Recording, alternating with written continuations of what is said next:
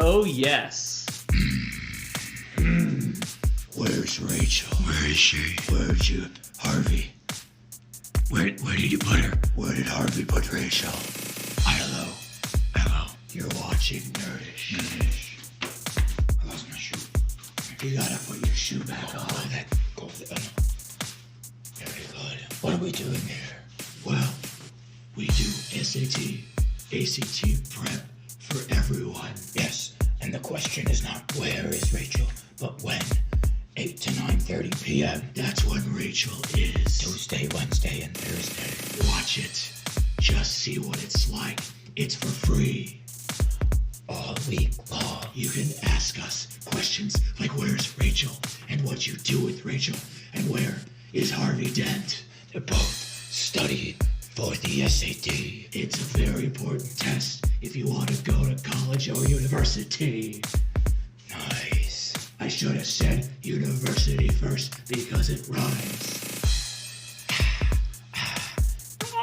Oh, that's Catwoman. That's okay. I think we know Catwoman because we're Batmen.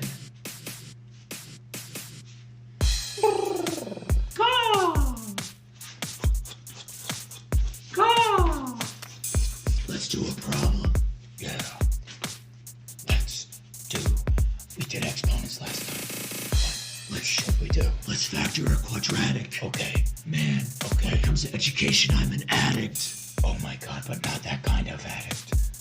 No, just a quadratic addict.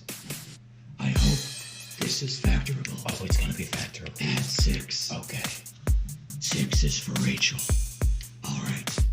Let's take out a 2. Let's make it equal to 0. That's a good idea. Okay. So let's factor 2. X squared minus 2. How much time do we have before Rachel explodes?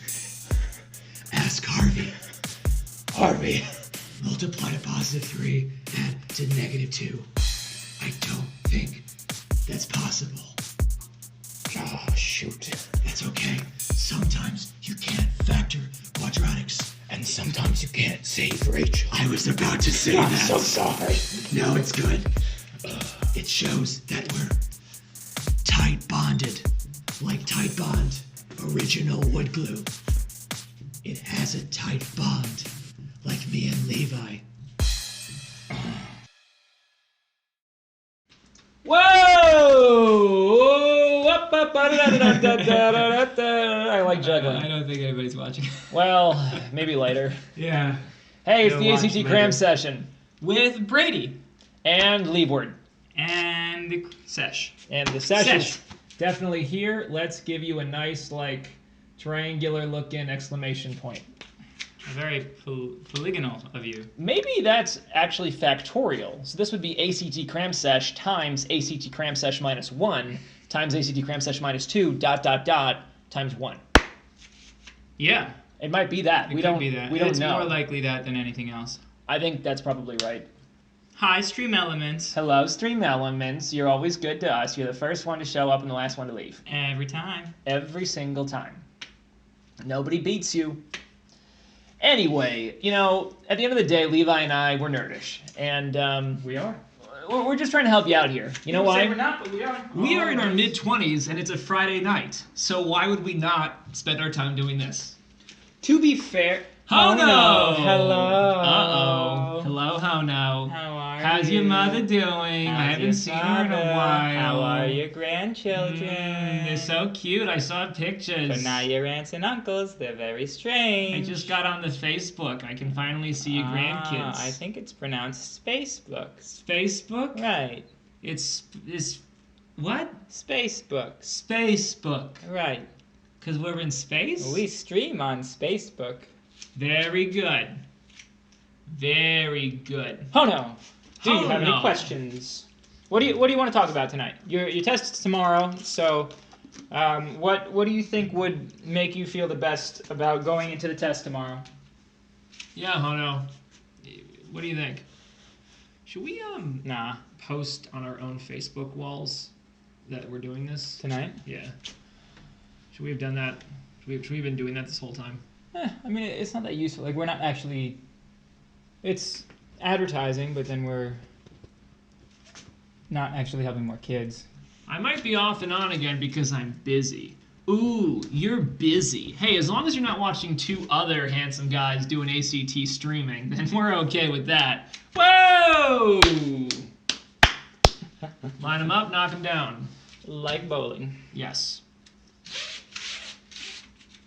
Line them up, knock them down. Follow through. Gotta follow through. If you don't follow through, you will toss the ball into the gutter. Correct. You gotta make that leg, that foot, go behind the other foot, which you can't see because you can only see my torso and my head. Yep. But there's that cool little foot flip, and that's when they take your picture for your trading card. So if you don't follow through, you're not gonna have a cool picture for your There trading are card. ACT tutor training cards, actually. Not training cards, but playing cards. Playing cards. We should make Trading cards, right. that. Playing trading cards. Yeah. Yeah. That would be really funny, That'd actually. be fun. Yeah. You and me in different outfits. Yeah. Wigs. Circumference. Yes. The grandmas. Can you imagine an entire one-on-one session at some kid's home with circumference? That'd be so funny. I wonder if, like, oh man, I wonder if that would be something that certain parents would be interested in. I don't I'm know. gonna have my kid tutored by a lunatic. Yes. He's a knight that just came from the Third Crusade, which failed to capture Jerusalem. Always did, always will. Yep. Oh man, this is going real well. Yeah, we're gonna do this problem. Not this problem. I don't like this problem. I like that problem. I know you do, but I don't. Can I wanna do it? Nope, we're not doing it. Well, you can later, but that's not what I want to do right now. You do expected value? Nope. Why don't you just leave me alone and you'll find out. Yeah, sure. Leave word. Oh yeah, and you're gonna do a determinant problem. This is classic Levi. This is what he literally always does in this exact situation tonight. He always does this. I don't know why I put up with it. Looks like my eyeballs are X plus Y. Nope, not anymore. All right. Have fun. Homeward. Determinant. Determinant. Yes. So they actually tell you what the determinant is, which is great here. Now you have values for k. So for what positive real value of k, if any, is the determinant of this matrix equal to k? So this looks confusing, but at the end of the day, you need to recognize that you are dealing with determinant. How do you do determinant? They tell you right there. It's AD minus BC, so that's what we're going to do. We get the k times the k. I'll rewrite this. K for 3k? Yes. K for 3k. So the determinant of this matrix equals k squared. Well, actually, they tell us it equals k, right? They say, for what value of k will the determinant of this thing equal k? Well, find the determinant. We do this minus this, the product. So we get k squared minus 12 equals k. And now we're solving for k. We're solving for k, but we can't combine our k values because we have different exponents. So we're going to subtract k from both sides. We get k squared minus k minus 12 equals 0. So we factor that. We get k minus 4 times k plus 3. Please let me know if you have any trouble with this. Equals 0. And then we do the zero product property, and we get k equals 4, k equals negative 3. Let's see, what is the question here? For what positive real value of k? So we don't care about the negative. This would be our answer, which is B. Any questions? Nobody's got questions. That makes sense to me. So hopefully it makes sense to you. If you have questions about this or other things, please ask us. Honestly, I didn't check the Discord for questions, so should have done that. Also, Bert, I'm going to have to get off in a sec because I really need to sneeze. Uh-oh. And blow my nose. Don't do that. Don't do that? Oh, wait, what have I done? Do you want to do the next question? I would love to. I think that would be fun. I like things that are fun. You want to do this carnival thing? Yeah, sure. Oh yeah, this is yeah. I love expected value. You want to move it to the left? I do. Do you? Yeah, give me K though. Nice. Do you want 56? No. Perfect. What a great crop job. Crop job, crop job. Put on your crop job. Hey, Hono's a question. Oh, no, it's a question. Can we go over reading? Is it the same as the SAT? No, it is not. It is not, Hono, for several reasons. Can you erase this while you talk? And then Sure. I'll pull up the reading section. Number one, the ACT reading section moves a heck of a lot faster than the SAT reading section. Number two, ACT questions are a little bit easier than SAT questions. Number three, there are no graph or data interpretation questions on the reading section of the ACT because there's a science section later on. The SAT doesn't have that science section, so they kind of cram some graph stuff into the reading section and the grammar section for that matter of the SAT. But the ACT just has straight up reading. There is a split passage, which does happen on the SAT as well, where you've got two writers talking about two different things, well, talking about the same thing from different perspectives, and then it asks you questions about what does writer 1 believe, what does writer 2 believe, what would writer 2 say if writer 1 said That's on this? both of them. Yeah, that's what I said. Oh, I said no, it's on both. It's on both tests. Right, it's on both tests, that's what I said. Right. No, that's what I'm telling you. Oh, I thought it was on both tests. No, it's on both. Okay, well, geez, I talk about misleading.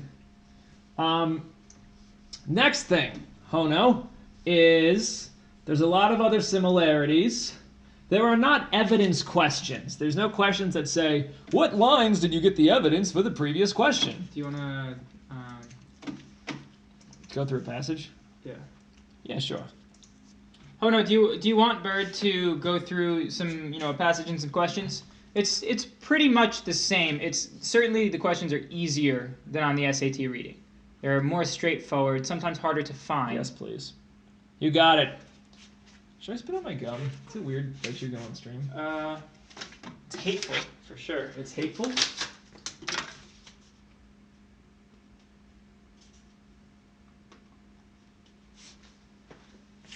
You know that gum that I'm eating, a Big Red, it's like the same color as brain.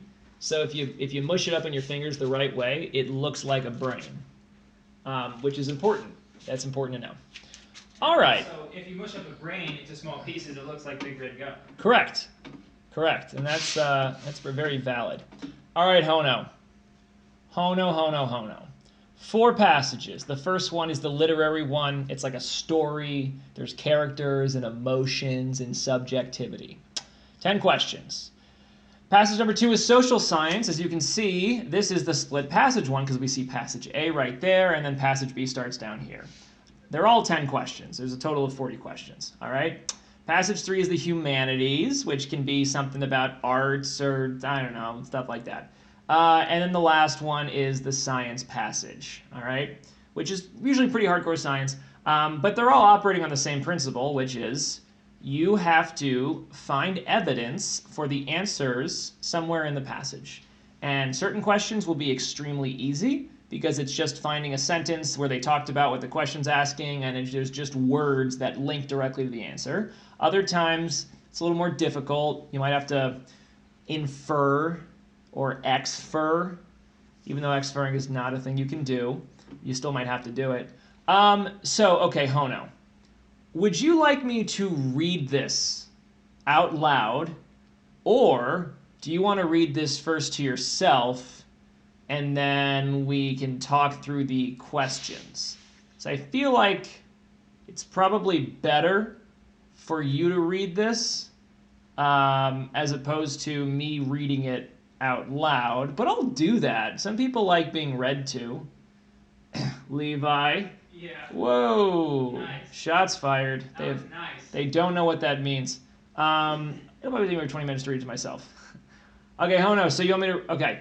So, all right, 20 minutes. Is that how long it usually takes you to get through a passage? And then number 2, do you get extended time? Because there is a way there's things we should talk about if you think this is going to take you, let's see. It goes up until here. So it's basically this first column and the second column. Yeah, do you think reading that would take you 20 minutes? Unextended time was rejected, which has me scared. Okay. So in that case, we got to talk to you about how you can pick up the pace. here's what you can do. The literary passage, because of its story nature, you can't really skim in a way that I'll show you, because you might miss key events. Literally, I'll read it in 5 to 7 minutes probably. Oh, okay. All right. Well, yeah, that's far better than 20 minutes. So, okay. So it's not going to take you 20 minutes? I mean, it depends though. Ah, yes, it always depends. I can't predict it. Interesting. Okay. Huh. Does it have to do with, like, if you're interested in the subject matter, then you can read it quickly, and if you're not, it's just a slog? Is it if you're in the right headspace, some days are foggier than others? What would you say your situation is here? Because we can have you, how I wake up will determine it. Got it. Okay. Okay. Okay, so then here's what I would say. This first one here takes a while. I think the other ones, because they're more informational based rather than story based, won't take as long if you do the following skimming strategy. Okay? Now, hold on. Do you remember what we talked about with going through the questions and marking the line numbers? Because that right there will speed you up a little bit. I want to make sure that you feel comfortable with doing that. And then once I know you can, we'll talk about how you might be able to skim. Skim milk. The milk of the gods. I've done that. Wait. Oh, okay. Sounds good. All right, yeah. So let's say you're just going through all the questions. Please go through it very quickly. And let's just say I'm going to mark some, there's something right here, right there, and there's one down here, or something like that. All right, great. Okay. Here's how I would recommend you skim. You're looking for the main idea here. The main idea of a passage can be found in 3 different places. Number 1, the introductory paragraph. Number 2, the topic sentences of the body paragraphs. And number 3, the concluding paragraph. So if you read those things, you will come away with a good sense of what the passage was about. You might miss some details, but you should know what the body paragraphs we're going to talk about because you read the topic sentence. So if you have to hunt for details based off of a question, you'll have a good lead on where you should start, okay? So when you read this thing, you're going to read the first paragraph. You're going to read this topic sentence. We know there's a question here. So after you read this topic sentence, you should do this question, as in read right here, do the question that's associated with that. Good, you're done. Topic sentence in this one, great. And then we got the conclusion. I'm pretty sure this is the conclusion. Yes, it is. So we got your concluding paragraph, which is pretty big. So you're going to end up reading, a good more than 50% of this thing. It's not all of it, but it's a lot of it, which means, you'll come away with a very good sense of what this is about. Concluding paragraph, do this question, then finish the concluding paragraph. So that could make things go a little bit faster. This is the split passage, so as soon as you're done reading one of the passages, you want to do all of the questions associated with that passage. So number 11, where does it actually jump? Oh, never mind. It doesn't actually say these are for passage A and these are from passage B. Okay, well, typically they go in order here. So we got 11 was a passage A question, 12 was a passage A question, 13 is passage A, and then 14 we get to passage B. So you're going to want to do these first 3 questions because they have to do solely with passage A. And then once you're done with those, you'll realize, okay, time for passage B. Then you read passage B, and then you do all the rest of the questions. At least the ones that you haven't already done because you did those line numbers. Those line numbers it's a really good trick there. Take that home, show it to your parents, tack it onto the fridge, and then have your parents look at it and say that they're proud of you because, yeah, that's good. That's pretty good. All right, so that is a good strategy, I think, for students that, reading fast is tricky. I mean, they make the reading section, they make it difficult. They make it fast. Because if it was too slow, if there was enough time, then too many people would get, super high scores. So there's this distribution that they're aiming for, which looks like, if you got, I think the average is like a 21. you get a bell curve. Most kids get around the average, and then the further, we'll say this is like a 34. I don't know. And then that's 13 minus, so that would be 11, 8. I don't know. That's a low score. But they're looking for this distribution right in the middle. So kids cluster around the average. If they make the test too easy, they're going to have something that looks like this. And it's going to be hard to differentiate students that are in this blob from each other. So that's why this test is very hard. So another thing that you could do, and I don't know if you've taken the ACT before and how you did time-wise, but you can decide to focus on 3 passages and just not do a 4th passage. Because there's a trade-off going on. The faster you work through these passages, the more apt you are to make some mistakes. But the slower you work through them, you're not going to finish a lot of it. So there's got to be some kind of a sweet spot here where you're moving fast enough to get through a good amount of the section, but you're not moving too fast that you're making a lot of simple mistakes. So one way you can combat that is just say, I'm going to do 3 passages. I'm going to give it my all on these 3 passages. On the 4th passage, I will guess A for all of them. Because there are 10 questions per passage, on average, you will get 2.5 questions right on the ones that you guess A for all of them, which translates out to 2 or 3. There's a roughly equal distribution of the answers among the 4 letters, so you should get 2 or 3 right. So you could do that. You could just say, the science passage is usually very tricky for me because I don't really know what they're talking about, so I'm going to put in it's somewhere between 11 and 12 minutes for the 3 passages. Or if you feel like you can do them a little bit faster, but not that much faster, you could put around 10 minutes into 3 of the passages, and then 5 minutes into the last one, whichever one you usually don't like. And for the last one, because if you have like 5 minutes left, you don't want to start reading the thing because you're not going to finish it in time to do any of the questions. So what you should do is dive straight into the questions and find the ones that are like about vocab and are the ones that are mentioning line numbers. Because those ones you can pick off very quickly without having to read the whole passage. Yeah. I mean, by not reading the whole thing, you're missing out on the main idea, which can be tough. Now, one other thing is that for the main idea questions, you should leave those until the end of each passage. Because by doing all the other questions, you'll have a better sense of what the passage was about. So you'll be more prepared to, answer. The main idea of this passage is blank. It's best practice to not do that first and knock out some of those detail questions. So there's stuff like that. Yeah, I don't know. I mean, Honeward, we can do like passage A, which is like, half of a passage and do the questions associated with passage A. And it's not a lot, so I'll read it out loud. What does that sound like? Are you amenable to that proposition? Would you like to accept it or reject it? Because I'll do that. Don't think I won't. I'm 26 and it's Friday night. I'll do that. You ever told them our ages? I've told them your age many times. Really? No. Oh. I think I've said it before. Let's see. Did Hono just say... Levi, what time is it? Is it 8:22? 8:23. 8:23. Got it. Okay. All right, Hono. So for passage A, we already said it's those first 3 questions. Let's see. We've got lines 6 through 7. I'm going to mark those.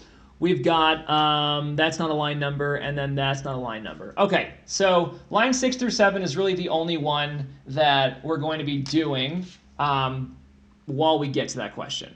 All right, so 6 through 7 is right there. So here we go. In early September of 1929, Nikolai Vavilov, famed Russian plant explorer and botanist, arrived in the Central Asian crossroads of Alma-Ata, Kazakhstan. Climbing up the Zalia Jake Alutau slopes of the Tian Shan Mountains, separating Kazakhstan from China, Vavilov found thickets of wild apples stretching in every direction, an extensive forest of fruit-colored russet red, creamy yellow, and vibrant pink. And that right there would be 7.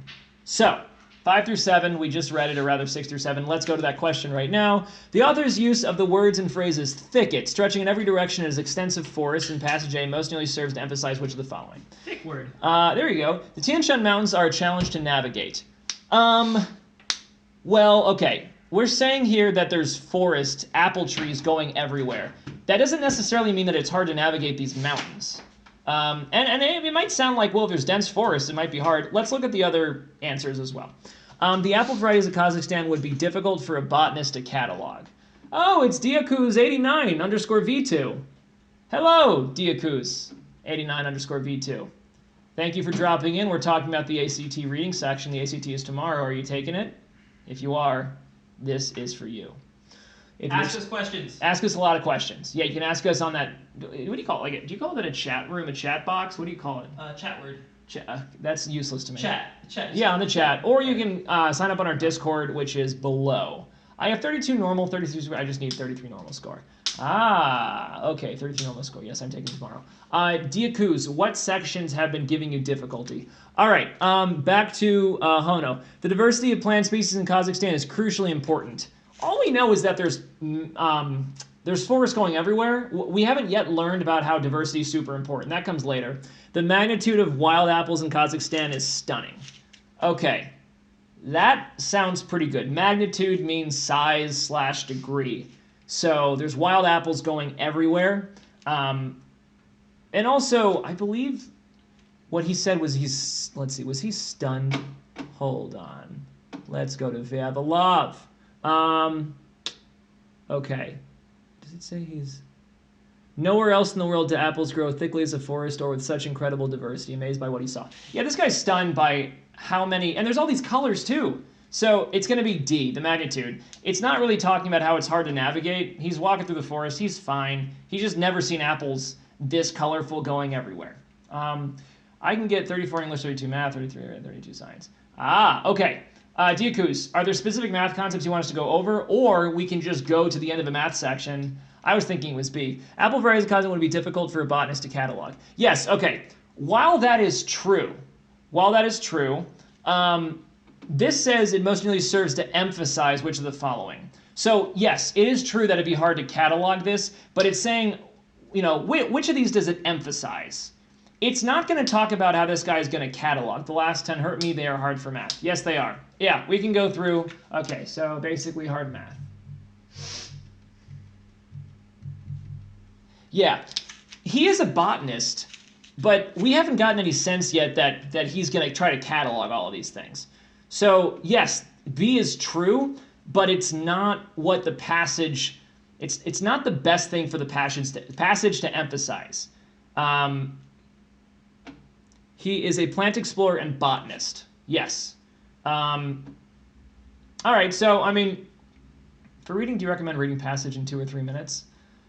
It depends on the student. If you can read in, 3 or 4 minutes and then do each question in about 45 seconds or so, then you should be in a good spot. Diakuz, you've done it before, so do you know, have you finished the reading section before? Or you've had trouble finishing it? All right, Hono, the author of passage A most likely... Oh, okay, so now we're done with that question, so we have to keep going. So we're going to finish this first paragraph. Nowhere else in the world do apples grow as thickly as a forest or with such incredible diversity. Amazed by what he saw, Vavilov wrote, I could see with my own eyes that I had stumbled upon the center of origin for the apple. With extraordinary... Where are we at? Sorry. Yeah, so the first sentence here. With extraordinary prescience and few facts, Vavilov suggested that the wild apples he had seen growing in the Tian Shan were in fact the ancestors of the modern apple. That's the topic sentence of that one. We're going to go to the next one. Exactly where the apple came from had long been a matter of contention and discussion among people who study plant origin. Fantastic. All right. Then we have the concluding paragraph. As Vavilov predicted, it's now believed that all of the apples known today are direct descendants of the wild apples that evolved in Kazakhstan. Apples do not comprise all of Kazakhstan's plant bounty, however. At least 157 other plant species found in Kazakhstan are either direct precursors or close wild relatives of domesticated crops, including 90% of all cultivated temperate fruits. The name of Kazakhstan's largest city, Alma-Ata, or Almaty as it is known today, even translates as father of apples, or according to some, where the apples are. So this news about the apple's origins was probably no surprise to residents, particularly in towns where apple seedlings are known to grow up through the cracks in the pavement. The apple's been evolving in Central Asia for upwards of 4.5 million years. I usually save double passage one for last because it is hardest for me. Yeah, Diakuz, that is a very good thing to do. It takes the longest. For a lot of students, it takes the longest, and you want to do the one that takes the longest at the end. because you don't want to waste time doing questions that take you longer than other questions. You want to get all the low-hanging fruit, apples, off of the tree, as it were. Nice. Whoa! Nice. Got it. Can Got I do it. some math, or are you done? I'm doing 2 more questions for Okay. Mono. Yes. The other passage A most likely states that the wild apples growing in the Tian Shan looked like apples found at the local grocery store to support the point that, all right, many of the apples stocked in the grocery store are harvested in Tian Shan. Okay, we know that that's not true. The point that they're making is that the apples that we know and love had their origins in that region. That's where apples originally came from. In the Tian Shan, Vavilov had likely found the wild ancestors of the domesticated apple. That sounds more to the money of what we're talking about. The wild apples growing in the Tian Shan are among the most popular varieties with consumers. Not necessarily. Those are wild apples, and we eat domesticated apples. We eat these strains, I guess you could call them, or types of apples that are all identical.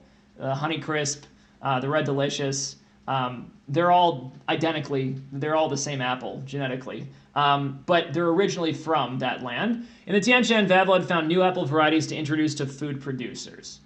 Okay.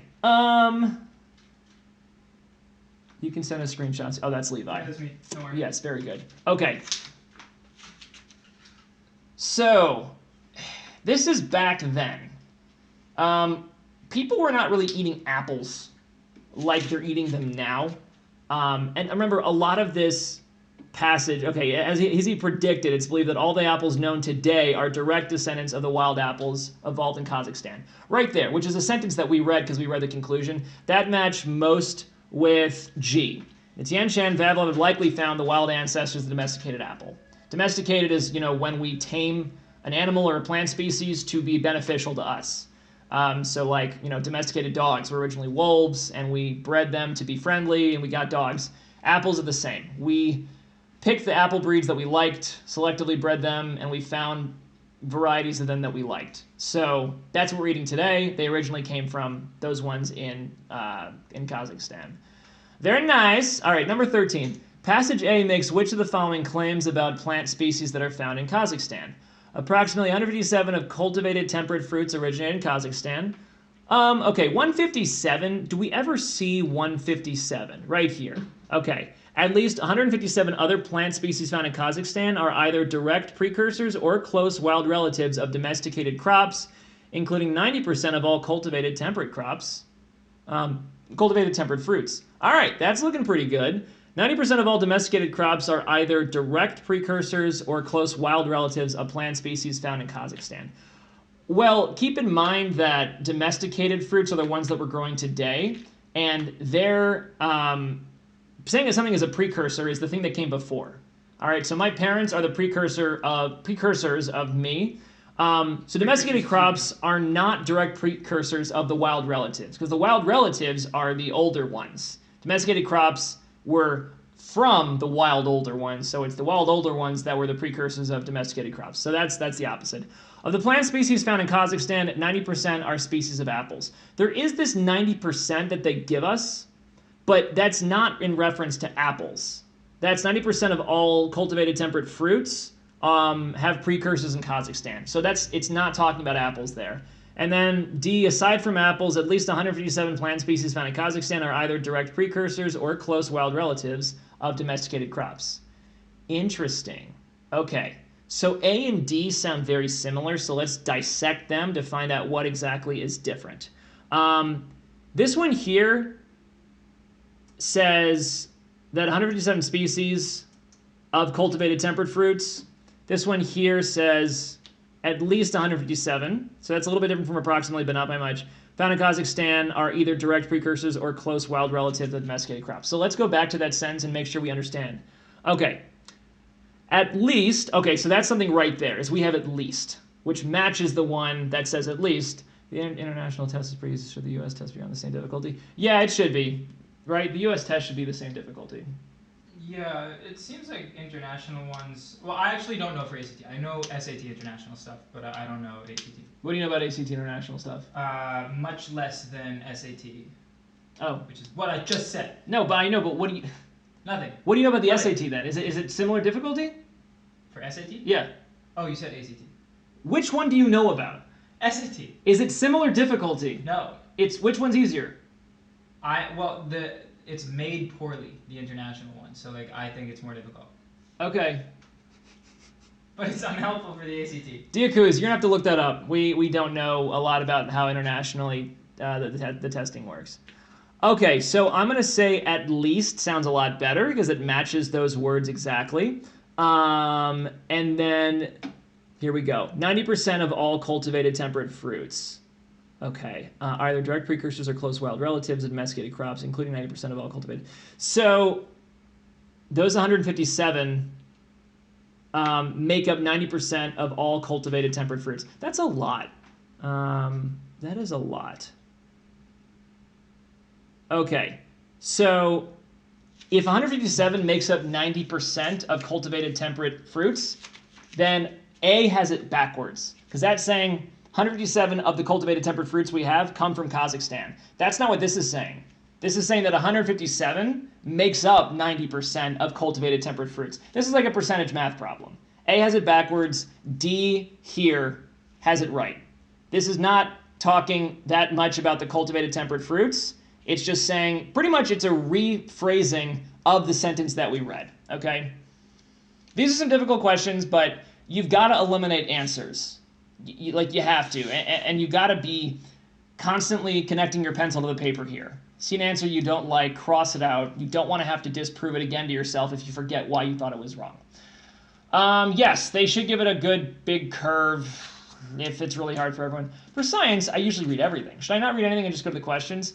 Diakuz, yes, you should not read everything. You should go to the questions. They'll guide you in a way to point you in the direction of the data that you need. Diakuz, you've taken it before.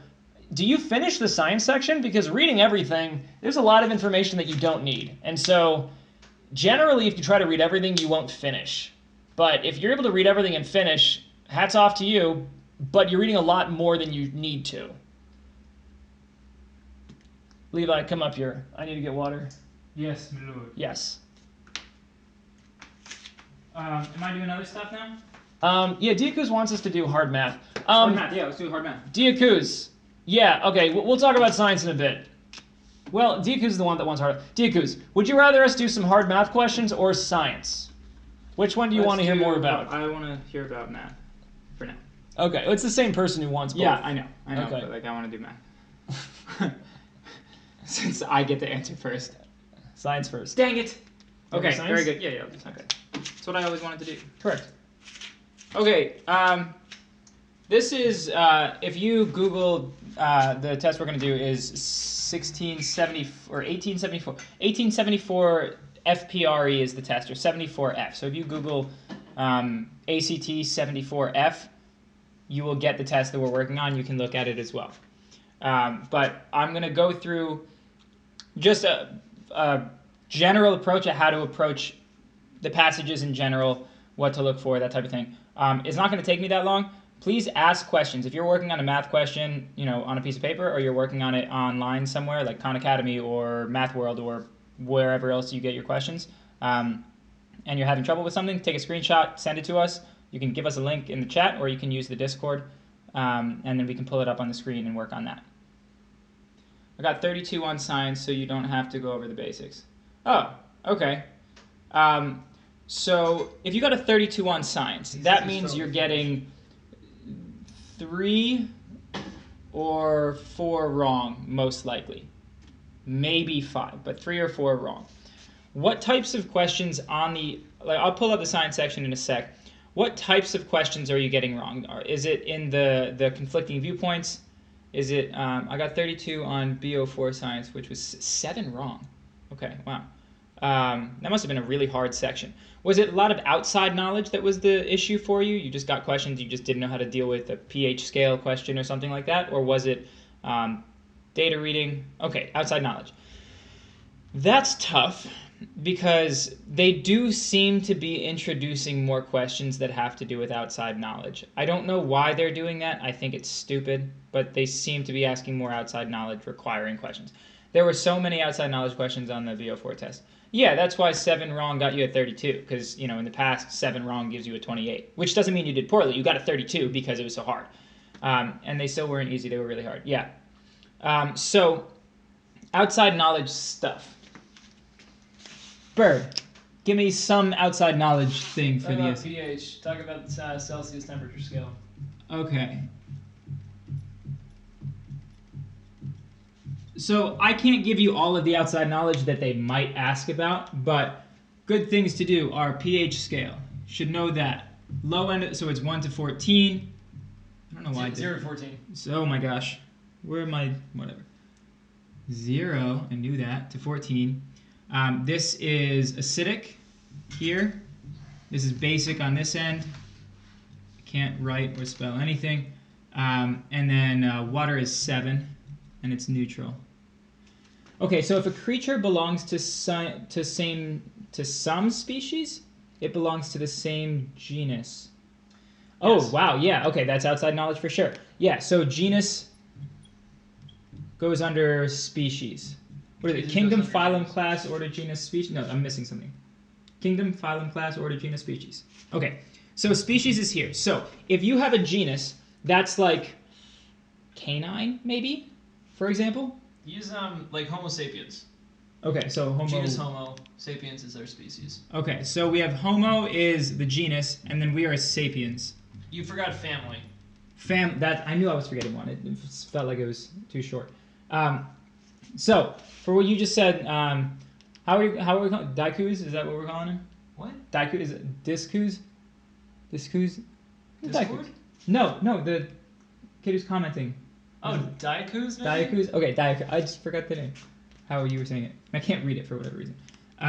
Okay, so if I'm not sure exactly what you're saying here, but if two creatures belong to the same species, do they belong to the same genus? Yes. So Brady, come up here. We're going to demonstrate this visually because that's the only way that anybody could possibly learn this. So, Brady is a sapien. I am also a sapien. We are sapiens. We are also Homo sapiens because if we are in the same species, we're in the same of everything else. Right? This is our hierarchy. So kingdom, order, class. Kingdom, phylum. Kingdom, phylum, class, family, genus, species? No. I've ruined all of it. It doesn't really matter. Species is the bottom. Genus is right above that. Search up BO4 ACT PDF, and it was on the first passage. The Okay. names of each species are created with 2 words, which is the first one is the genus, the second one is the species. Yes, binomial nomenclature. Ah, Yeah. well done. You've got yourself a deal. Ha Oh gosh. BO4 is April 2019. Yeah. I can look that up unless you want to just send a link in the chat. That's fine too. There are a bunch of you watching, and only one person is asking questions, which is fine. Then it's just one-on-one or 2-on-1 tutoring with an audience, which is fine.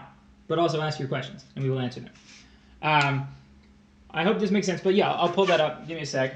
I'll have to find it on Google. BO4. Oh, thank you for that. Ooh. Very exciting. I have to scroll down a lot. Give me a sec. First passage you said, right? Yeah. Oh, this is slow. Very good. Okay, so I'm going to pull this up now. Bam.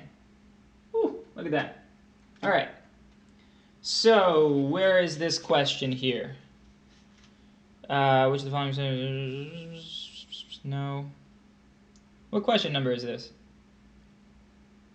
Oh, number 6, yeah? Yeah, cool. All right. I'm not sure if I'm going to try to look at the passage above just to try, because we don't want to assume it's an outside knowledge question. You can think, okay, probably will be, but definitely go up to the passage, see if it helps you at all. So this question asks, which, if either, of the statements given below about the spiders tested in experiments are consistent with the information in the passage? Okay, this asks which is consistent with information in the passage. That doesn't strike me as an outside knowledge question, but I might be wrong. So, all the spiders belong to the same genus. Let's check out this passage. So it asks about consistent with the passage. So we need to find something in the passage. Da-da-da-da-da. So I'm going to look at general information, generally at the beginning. That's where we get the general stuff, and then we get what was actually happening in these experiment summaries. So the first paragraph doesn't seem... Well, okay, so it does say, jumping spiders prey on many types of small insects. Researchers predicted that the jumping spider, Habronatus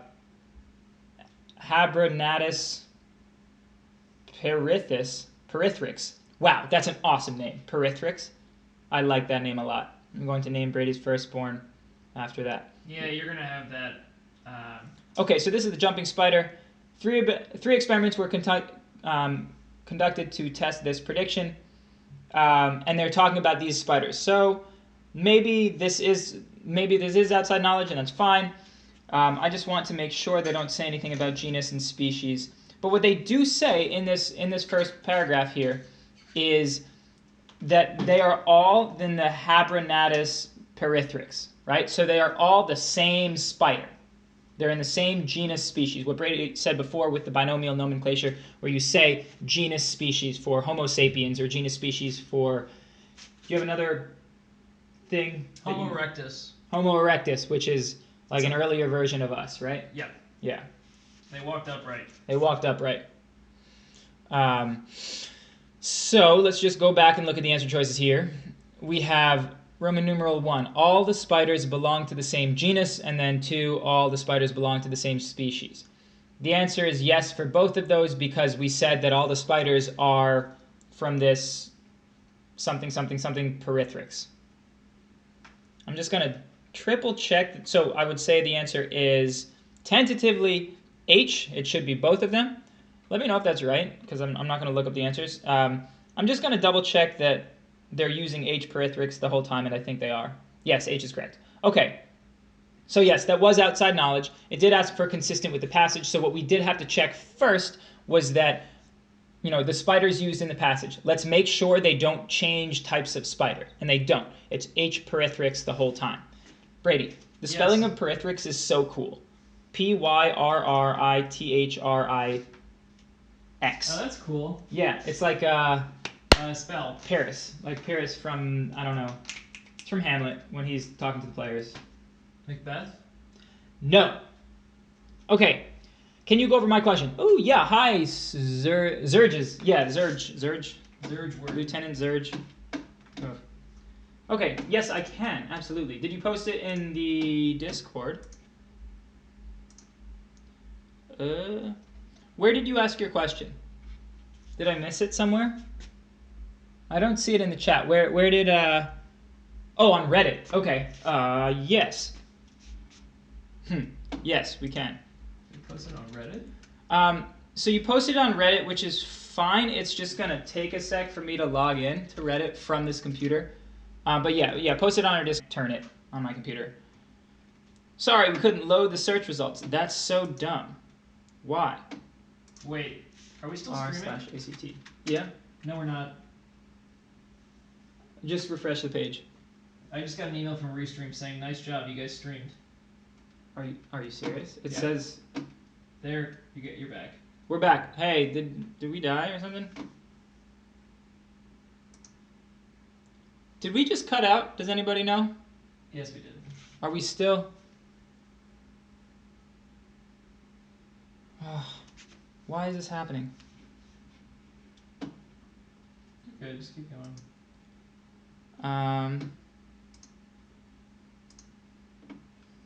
Yes, we did. We did cut out. Okay, so I'm sorry. I don't know why that happened. Hopefully it won't happen again. I had some trouble with the internet earlier today. It just cut out for a while. That's so stupid. I have internet on this computer, though. Hope so. On BO4. I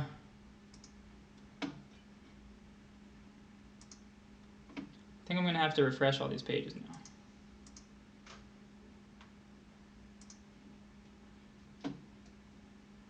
Number 27 on BO4. Yes, I can do that while I wait for this other stuff.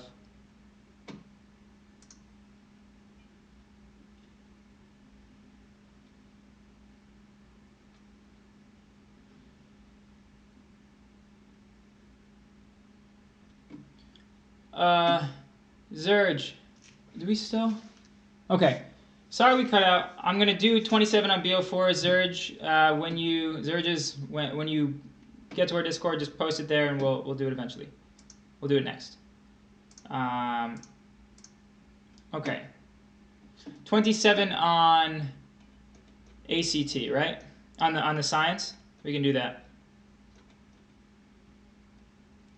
Oh boy. Okay, so this is I'm just giving you a heads up. This is the hardest one on this passage, and I have not looked at this passage ever in my life, so we'll see how I do. This looks like an outside knowledge question, I think. Okay, that's not what I wanted. Great. Okay, so an E whatever possesses which of the following pairs of characteristics? So we have has a nucleus, is unicellular, has a nucleus is multicellular, does not have a nucleus. Okay, so nucleus or none. That's one side. And we have uni versus multicellular, right? That does seem like outside knowledge. Let's find out. So let's go back up to the passage to this thing, E hist something whatever. So let's see where it says that. The amoeba, okay. I want to say that amoebas are unicellular. Brady, can you back me up on that? I believe they are. Okay, so that's good to know. Maybe it'll give us a little more information. The amoeba, this E histolytica, can infect the human digestive tract. Scientists conducted 2 experiments to study the amoeba-killing activity of human milk. Cool. All right, so human milk killing amoebas. Yeah, they're unicellular and they have a nucleus. Okay, I'm gonna look to see if we can find anything. Wow, this is just straight up really hard outside information. Unless there's something that says like we've killed the nucleus of the amoeba, I think you might. I'm just reading this real quick. Give me a sec.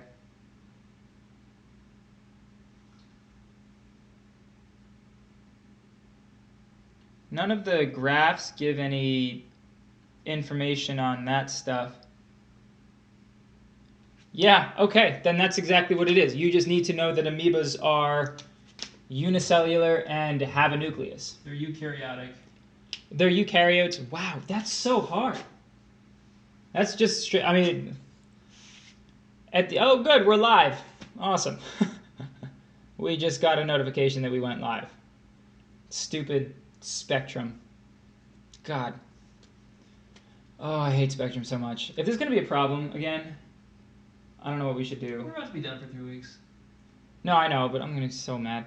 All right.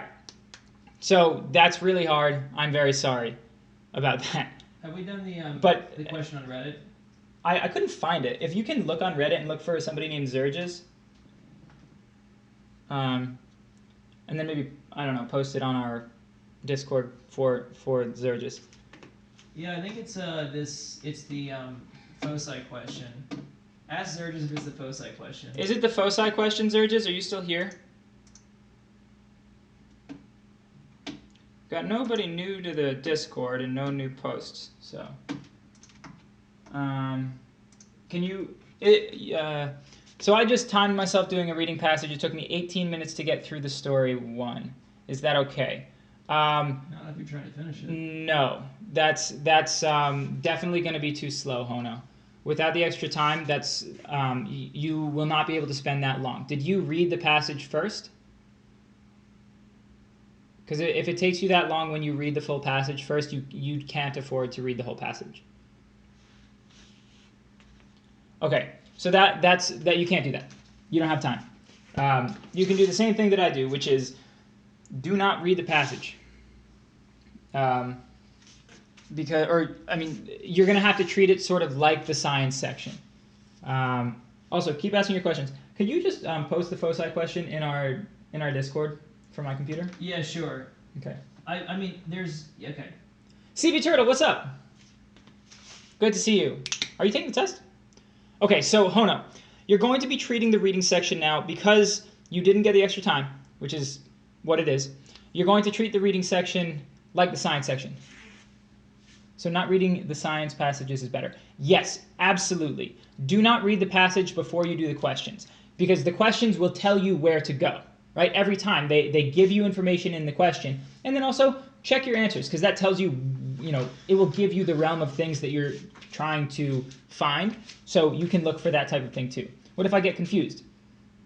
Then read the passage. So we're not saying don't read and figure it out on your own. We're saying don't read first because there's a lot of information and it's a lot of new information that you won't necessarily you won't be able to gather all of it in the time you've got, most likely. Maybe you can. If you're getting a 32 with reading everything first, maybe don't do this for the first time tomorrow. Yeah. But try it.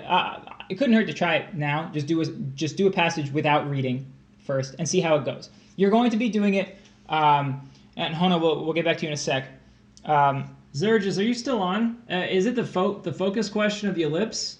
Zerges was on right before we lost connection, so probably we lost Zerges, and lost now Zerges. Zerges is gone forever. Oh no. But yeah, okay. So, Daiku's, try it without reading first, and you're following a path. You're going to use all of the little locator ideas or words in the question. It tells you where to go. So half the time they say in figure 2, so great, go to figure 2. Or they say this person said this, so go to that place. Or they give you a particular word, do that. Okay, I will do 3 passages on 74F before I go to sleep, and if it works, good, then I will use it tomorrow. Yay! Awesome. Good try. And if it doesn't, awesome too. Just do what you've been doing. 32 is awesome. Yeah, I wouldn't worry too much about Daiku's. I wouldn't worry too much about these outside knowledge questions. If they're that hard, that's why the curve was so generous. And I do save conflicting viewpoint passage for last.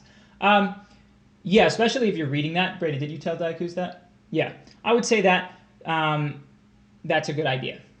And you're always, especially with the conflicting viewpoints, I think that, all of them, it's so useful to not read first because those conflicting viewpoint ones, you get so much information in this giant wall of text.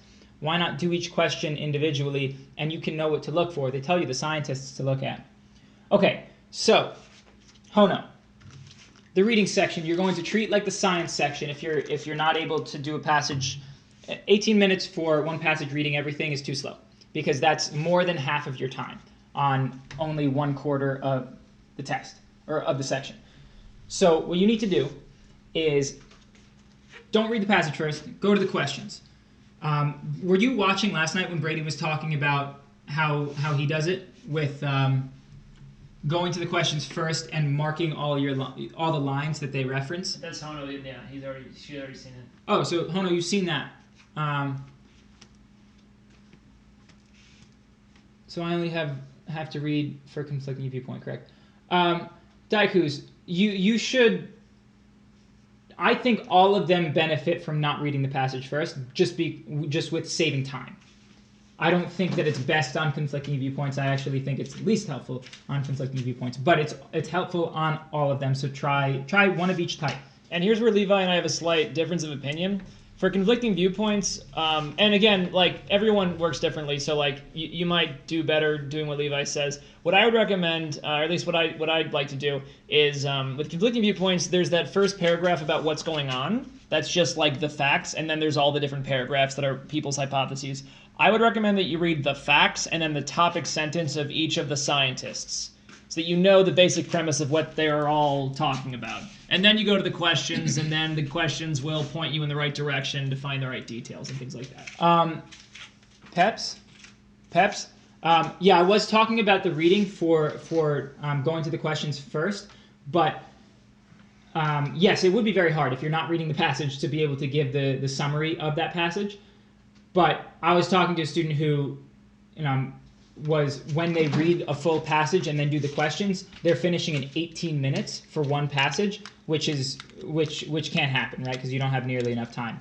Peps, and another thing for you is that the main idea, I don't know if you're reading the whole thing or not, but in either case, once you do all the rest of the detail questions, the main idea question will be a little bit easier. So leave that till the last question that you do, because it will get easier the more that you think about the passage.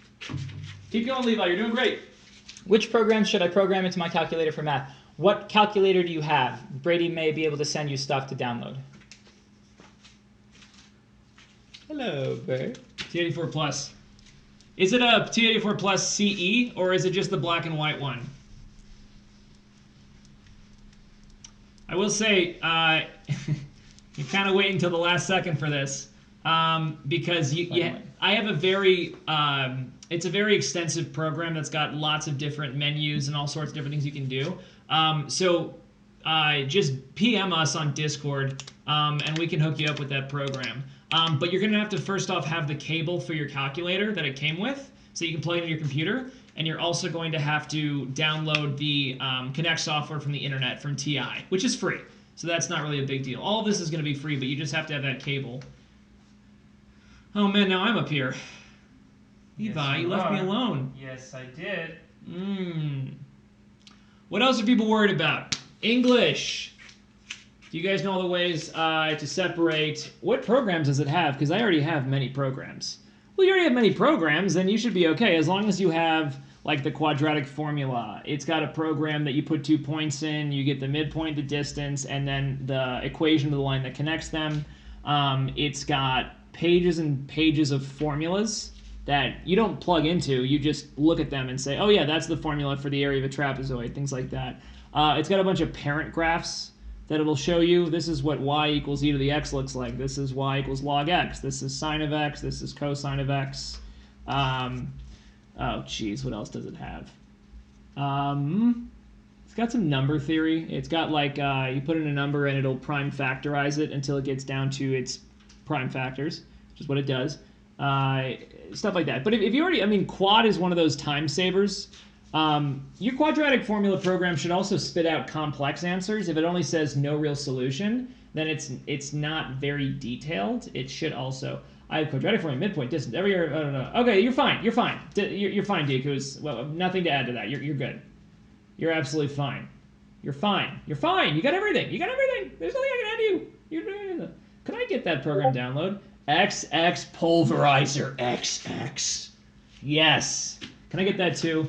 S, everyone that wants it, send us a message on Discord. You can find me at Nerdish Brady. Could you try to post it on the Discord, like the program itself? I don't know how that works. I probably could. Yeah, you should really try that. Yeah, I should probably. I'm going to try that. But yeah, direct message me or private message, DM or PM. What do people say, PM? Both. They say DM. They say PDM. Is there a formula for prime factorization? I can program it quickly. I have the program, but I can send you. Slide into the DMS. Slide into the DMs. All right, we can probably slide it in there. I couldn't. There's no formula for prime factorization. There's a way to program how to do it, but that would take way too long. You got to just enter it in. There's no formula because every number has a different way to break it down. So I'm assuming the program has something to do with like, you know, run through a loop. Where is it divisible by 2? Great. Is it divisible by 3? Great. Divisible by 4, and so on and so forth. So that would take a while for you to program. There's no formula, at least not one that I know. You got to leave that kind of stuff up to the computers. But I mean, you also know how to prime factorize. Break up a number until you can't anymore. That's it. You make it like a tree diagram. So like, you know, 3,000. I know that there's 3 and there's 1,000. 3 is prime. I'm done with that. Let's keep going. I know that this is going to be 500 by 2. This is going to be 5 times 100. This is going to be 10 by 10. And then this is going to be 2 by 5 and then 2 by 5. So all in all, we got 1, 2, 3. 2 cubed times 1, 2, 3 times 5 cubed times 3. If only the calculator was Java compatible. Why? Maybe someday. Probably shouldn't do that because then I expose my midriff, and it's kind of uncomfortable for everyone involved. I mean, it's just skin. Don't worry, but it's it's weird. No one wants to see that, except for Levi. I want to see it. Levi is a fan of my midriff. Big fan of the midriff. That's why we're business partners. That's really it. Once he saw my midriff, he's like, "Let's start a business." And I said, "Yes." I've never been liked for my midriff before. And that's the thing that Can you go over English prepositions, like when to use which preposition? Ooh, Levi. That's so hard. That's a question for you. Diakuz, let me ask you a question. Where are you from? How is your English? Is it your first language? Is it your second language? Maybe it's your third. Perhaps your fourth. Perhaps you're a polyglot and it's your fifth language. Is that 5 or 6 languages? I think poly is 6, right? If you're a polyglot? Yes, that's really good. I'm U.S., born and live in Illinois. Hey, I'm from Illinois. Yes, that's really good. Wait, Peps, what's really good? I speak English better than my native language. Well, what is your native language? Just curious. And are you in around Chicago? Because that's where I was born and I grew up. Gujarati. Levi, do you know that language? What? Gujarati? No, do you? No, I don't. Where do they speak Gujarati? I live in Schaumburg. Schaumburg! Love Schaumburg. Lot of great memories in Schaumburg. India. Got it. Okay. I would have guessed that if it was on a multiple choice test. Using in which, for which, for. Yeah, Levi, do you want to talk about this? Oh yeah. I mean, it's basically just going to be... This is hard. You need to speak English as a native language. Okay. I'll do it. See if you can post that on... Peps has in which, for which, and for. That's what they're curious about. Okay. I don't need my computer. Okay. Oh, the ellipse problem, you don't even need to know the equation. You just know visually where an ellipse is. Yeah, Sorry, where the focus is. Right. Yeah. Yes. You're going to post the thing on Discord, though, the calculator thing? Cool. All right, so I'm just using which, for which, and for. Yeah, great. So, which, for which, and for. Relative pronoun, which. So let's do some examples here. I hope this yellow works. I think it might not, though. It depends on whether or not you want to use the word for, and then you're going to have an inverted sentence. You're going to sort of have an inversion of your sentence. So I study. Is that showing up? Is that okay? Is that bright enough, or do you want something like the pink more? Let me know. I study for the ACT. Okay? Shoot. Okay, also, when I ask a question and then you say yes or no, I have already forgotten my question every single time, almost. So please don't say just yes or no, although it should be very obvious. I have immediately forgotten what I've asked. It is bright enough. Thank you. I'm an idiot. So, I study for the SAT. That's when you use for. Yeah? That makes sense. Now, if we say the test blank I study is difficult. So we have that option. I'm trying to send you a message on Discord, but it's saying that I don't share a server. Sky Reaper, hey, what's up? And that I can't message you. Interesting. Are you part of our Discord? Have you guys gotten 36s? Yeah. Not in high school. Wait. I didn't take the ACT in high school. And I forget what Brady got in high school. He did well. Because he's a very good tutor. Stop. Yes, you are. Stop. Yes. Yeah, use the... I don't know why, Sky Reaper. Brady, can you try to send Sky Reaper a message on Discord? I have no idea how to do that. Oh, okay. I'll do that. Isn't the server thing under our window? Yeah, no, it's not that. I'm trying to send a person. Yes, Sky Reaper, I will try to send you a message. What is your Discord name? I found Sky Reaper. Oh, you did? Okay. Yes. Brady's going to send you a message, and then hopefully that'll fix it. So the test blank I study is difficult. So we'll figure that out. It's going to be one of these two. Spoiler alert. And then we have the test blank is difficult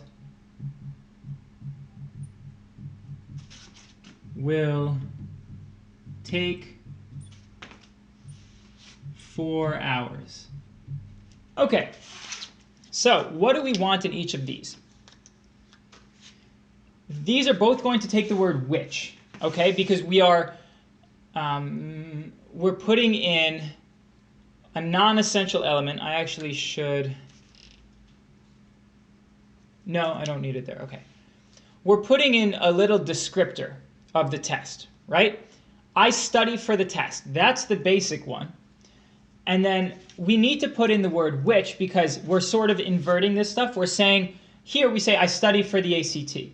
But now we're putting test first and then describing the test as something, I don't want to say it the way I want to say it because that will give away the answer.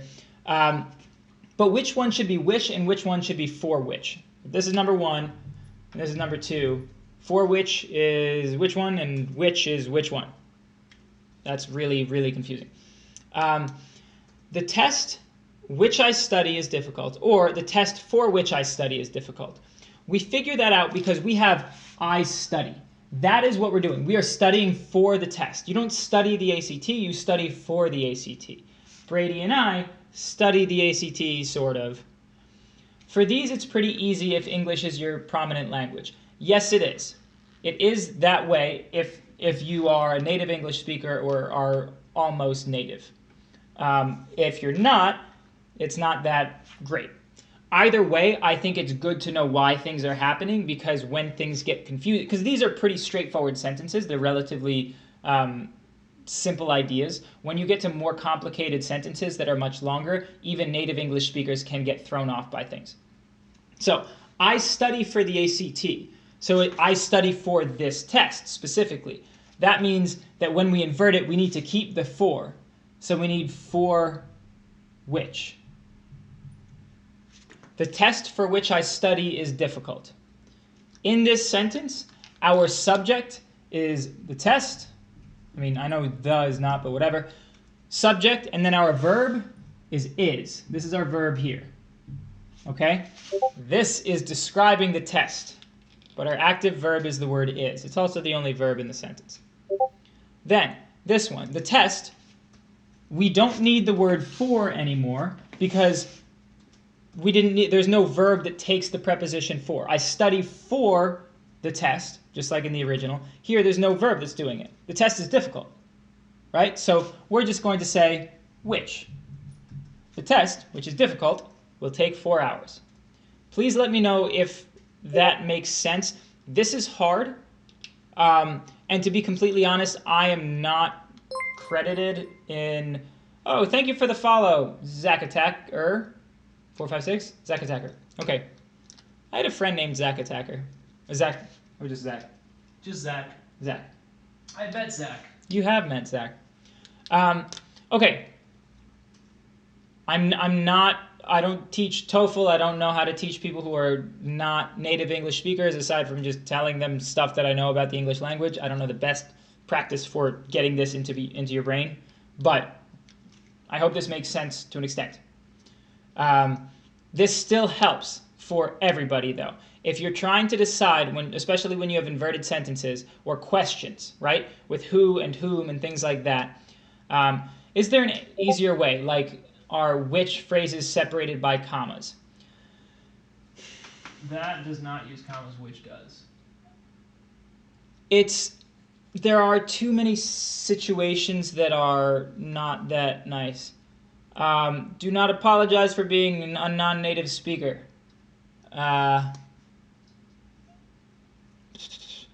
No, I understand the desire to look for rules like that. It makes life way better, but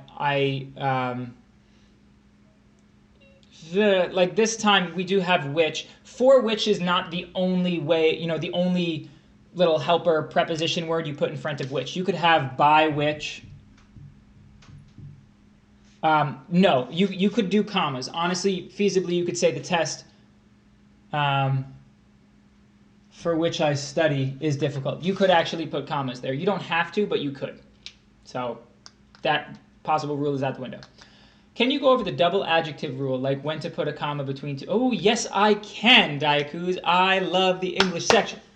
Very good, bird. Ah! You're a very good bird. Oh! It's good. That's funny, I'm a bird. Mm-hmm.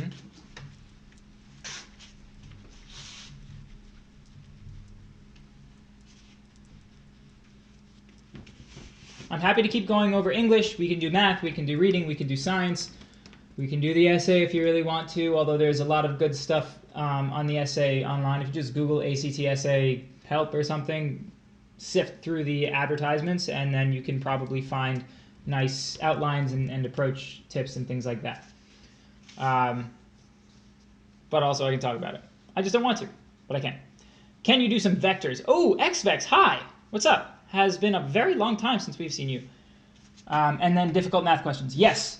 I want to do the vectors. Okay, and vectors actually count. I would count them as difficult math questions in that while they are relatively simple concepts on the ACT, most people aren't familiar with them because we do very little of it in high school.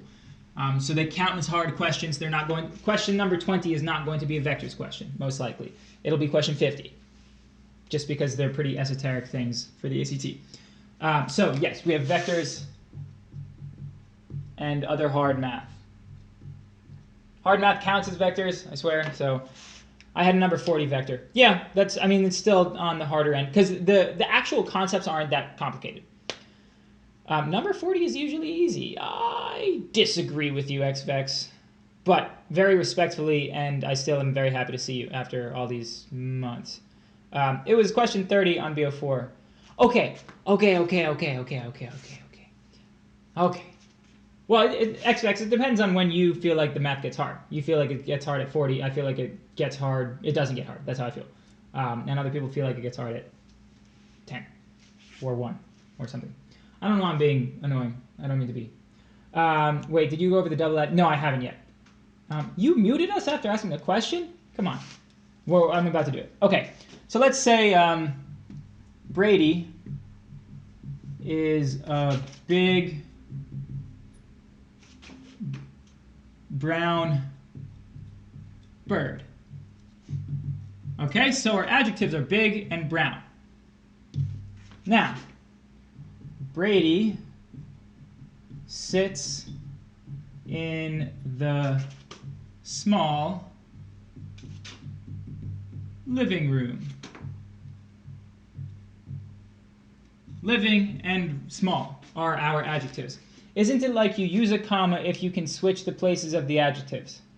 Oh, honestly, I've never thought about that. That's an awesome way to do it. The way I've thought about it and taught it up until this point, although I really like that way, I haven't thought about that enough to say definitely that's true. Go with your gut. Tell them what you do. This is what I do. If the last adjective or some set of the last adjectives combines with the noun that they all describe as a unit, then it's not part of that list, right? You're listing things describing something, right? When you list adjectives, it has to be describing the last thing. In this case, we have big brown bird. What I do is I ask myself, what is describing what? We are describing the bird as brown and we're describing it as big, right? So these are both the same level of adjective, so you put a comma there. Here, Brady sits in the small living room. This is definitely describing this room, but we are not describing the room as living, right? Brady is a living bird, but if there's a living room, it's a living room. That's a unit. So with this unit, we no longer have a list of adjectives. If there were other adjectives here, like the dark small or the small dark living room, you do small comma dark living room. There is no need for a comma here because that's a unit. Small is describing this whole unit here. The way that I learned it is if you can put the word and between the adjectives, you should put a comma. So big and brown bird works. This bird is big and brown. Fine, comma. You would not say this room is small and living. Yeah. So you would not put a comma there. Okay, XVex, there you go. We're very proud of you, XVex. Oh. You learned a great deal since the last time we Sorry, started. X-Fax. I can't read. All right. So that seems solved. I like doing blue. Yes, bird. I have to go to the bathroom. Yes. Go. Did you post? Go to the bathroom to Okay. do that. I posted the calculator program. You did. Okay, thank you. Okay. What else we got, everybody? I think. Oh wait, no. Vectors. Yes. Okay. I want to do vectors. Well, then you can't go to the bathroom. All right, I'll do vectors first. Okay. Bird's doing vectors. I'm going to do vectors. You can think of vectors as little arrows. They go off in a certain direction and they are a certain distance. So, I'm going to introduce you to vector A. Vector A has the components 1, 3. That is vector A. So I reread another passage to finish 11. It's better than 18 minutes, of course. Did you read that whole passage? Or you reread it, so it was not the first time you'd seen it? What's the dealio? This is vector B. All right? There are two things you can do with vectors. You can add them, and you can also scale them by a factor. Okay? So for instance, if I have 4a, I'll put a little arrow over a and b so you know they're vectors. If I have 4a, 4 is called the scalar, and we're scaling a by a factor of 4. So everything gets multiplied by 4 here. So our x component will now be 4, and our y component will now be 12. It'll go in the same direction, but it'll go 4 times that distance. It'll go up to 412. Can we do vector addition? We're going to get there. We're going to get there, okay? I'm going to go back to just a. Scalar multiplication is very easy. It's exactly what you think it's going to be. Vector addition can be tricky until you get it, like most things in the world. When you add two vectors, visually what you're doing, so we're going to say a plus b. You are going to do one vector. Imagine you're on a path here, okay? So we're moving down a, and then a stops us right here. Then we want to add b to that, which means now we're going to go in the direction of b. We place vectors at the origin as a matter of convention. B is just a magnitude and a direction. I could put that literally anywhere, okay? We just put it at the center because it's easy to keep track of things. So if I want to do a plus b, I need to put b at the end of a. We call this putting it tip to tail, okay? With b, we're going 2 units to the right and then 1 unit down, all right? So a, we're going this way, and then b, we're going this way. So we end here. And our new vector, which is represented by a plus b, is this right here, okay? It's like you're walking around on a map, and wherever you end up, your new vector is from the center to that point, okay? Now, you can add the x components and you can add the y components, and that will also give you where you want to go. So a is 1, 3, b is 2, 1, -1. So if you add them together, you'll be adding the x components together and the y components together. So 1 and 2, you're going to get 3, and then 3 and -1, you're going to get 2. So this is going to get us to where we thought it was going to go, which is 3, -2. Okay? We got a lot of things here. It is easier than you thought, exactly, yes. Now you might be wondering, what about vector subtraction? I don't know if you're wondering that. That's why I said you might be wondering. Did I say might? I think I did. All right, so a minus b. How is that going to change things? Well, just like normal subtraction, you could rewrite this as a plus -b. Negative b would be the same distance as b. It would just be going in the opposite direction. All right? So b originally went over 2, down -1. Negative b is going to look like this. It's going to go 2 units, so it's going to be -2, +1. All right? So now what we're doing is we're going to take, I'm going to erase this right here. We're going to take a, and we're going to add this -b vector, which takes us that way instead. So now our new ending spot is right here. So our vector is going to be that. That right there is a minus b. Okay? So if this is b, -b would be, -b would be, that's good. -2, +1. And if we add a plus negative b, we're going to be adding their x components, which is 1 plus negative 2, which is going to be negative 1, and their y components, which is 3 and 1, which is going to give us 4.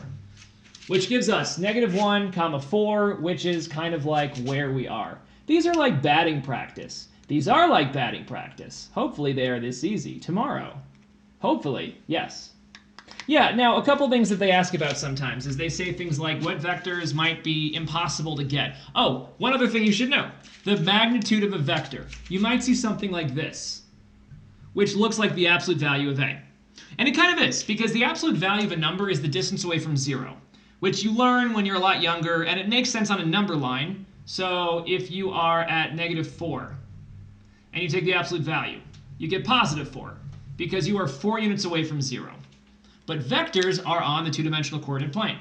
So if you want to find the absolute value, what you're asking for is what is the distance away from 0. So for a, for instance, from 0, 0 to 1, comma 3, what is that distance? Really all you're doing is taking the distance formula. All right, the distance formula is based on Pythagorean theorem. So you're finding the hypotenuse of this right triangle right here. That right triangle has an x value of 1, or rather a base of 1 and a height of 3. So you're going to be doing the square root of 1 squared plus 3 squared, which is going to give you the square root of 10. So that is called the magnitude or the absolute value of vector A. It's typically referred to as the magnitude. Magnitude is the size of a vector. It's the length of the arrow. And then direction is the other important part, which is, what direction it's going. Because there's an infinite number of vectors that go 10 units, but they can go in any direction you want. I mean, infinite directions, because if you think about 0 degrees and 1 degree, you can go 0.003 degrees. It kind of goes all the way down and all the way up as well. All the way up to the Pope. Yes, good. That's vector stuff. One last thing to think about. If you have a vector that is, let's get rid of this. Let's say that all you know is that you have a vector A, which is 6 units. The magnitude of A is 6 units. The magnitude of B is 7 units. And they're asking you maybe, what is the largest that A plus B could be? Okay? We don't know the directions these things are going, but we know their sizes. And so you want to think about what is the best case scenario for adding these two vectors, all right? If they go in opposite directions, that's going to be really crappy because they're going to cancel each other out mostly. All right, if this is A and this is B, you're going to go up to A and then you're going to put B starting it there. You're going to go backwards, all right? It's going to cancel out most of it. So if you want these things to add up to something huge, if they're going in the same direction, then nothing is going to cancel out. It's going to just go A and then B. So if they're in the same direction, all that's going to happen is their magnitudes will add together to make a big super vector that's going in the same direction. So the largest that A can be is 13. So it has to be less than or equal to 13. And then the worst case scenario is that they're going in opposite directions from each other. In which case the smallest vector you could get here, depending on which way you subtract, would be -1. If you have vector A plus, plus vector, maybe minus vector B, or B is in the opposite direction, then it has to be greater than or equal to -1. So you just think about worst case scenario, they cancel each other out as much as possible. Best case scenario, they don't cancel each other out at all, and they go in the same direction. So you have this big long arm vector. This is the arm vector. Levi, I have to go to the bathroom still. Are you sure? Yes. Are you done with vectors? Yes. Any other questions about vectors? I spent way too much time on Reddit. No. You should be spending more time on Reddit, XFAX. Levi and I are actually going to talk to you about that. It's not enough time on Reddit that you're spending, and frankly, we're a little worried about you. Very good, Bert. Very good. Absolutely. Ha! Love cleaning this thing. That's why we got into this business. Right? Because businesses are things that do things for free, right, Levi? Yes. Yeah. So this is a business because you have costs, but then you have no revenue. And just like that, you got a business. Just like that. Just like that. All right, I made this all wet. I gotta go to the bathroom. Bird, You gotta get up here, man. I can't go off until you get up here. this is true. Vectors. Off the queue. Off the queue. Get off the queue. Come on, Levi. Okay. Come on up. They're waiting for you. Are we just doing hard math now, everybody? Is that what's going on? I got 32 right now, just need one more point. Oh, okay, so that's kind of dog. What? I want to go to, okay, so these are not things that I can answer. Levi! Yes, what? What did you do to the toilet in here? Bird, do you realize they can hear you and you're embarrassing me? Oh no! Oh, yes, I can definitely do that. Levi, it's everywhere! Stop it. Hey, Diakus, can you actually repost that link for the BO4 test just so other people have access to it as well? I'm going to go through some of the questions at the end of BO4 of the math section. Please let me know if you have other things. I'm not going to do 7 math questions in a row for Diakus if there are other questions from everybody else. But I will do these until I get other questions, for sure. Is this it? Yeah, no, wait. No, it's not. This is it. Also, this test is in great shape. I don't know why I haven't seen this before. We say math, right? Give me a hot sec. I will take you to the math question. Nope, that's not what I want. I want this. Yes. Oh, right, and it's ACT, so I can crop it. That is awesome. Bam. So exciting. All right. Great. Go. Oh, did we just get a... Thank you for the follow, Neurox. 55 is hard. Okay, we can try 55. You want to start there? Oh, yes. Okay.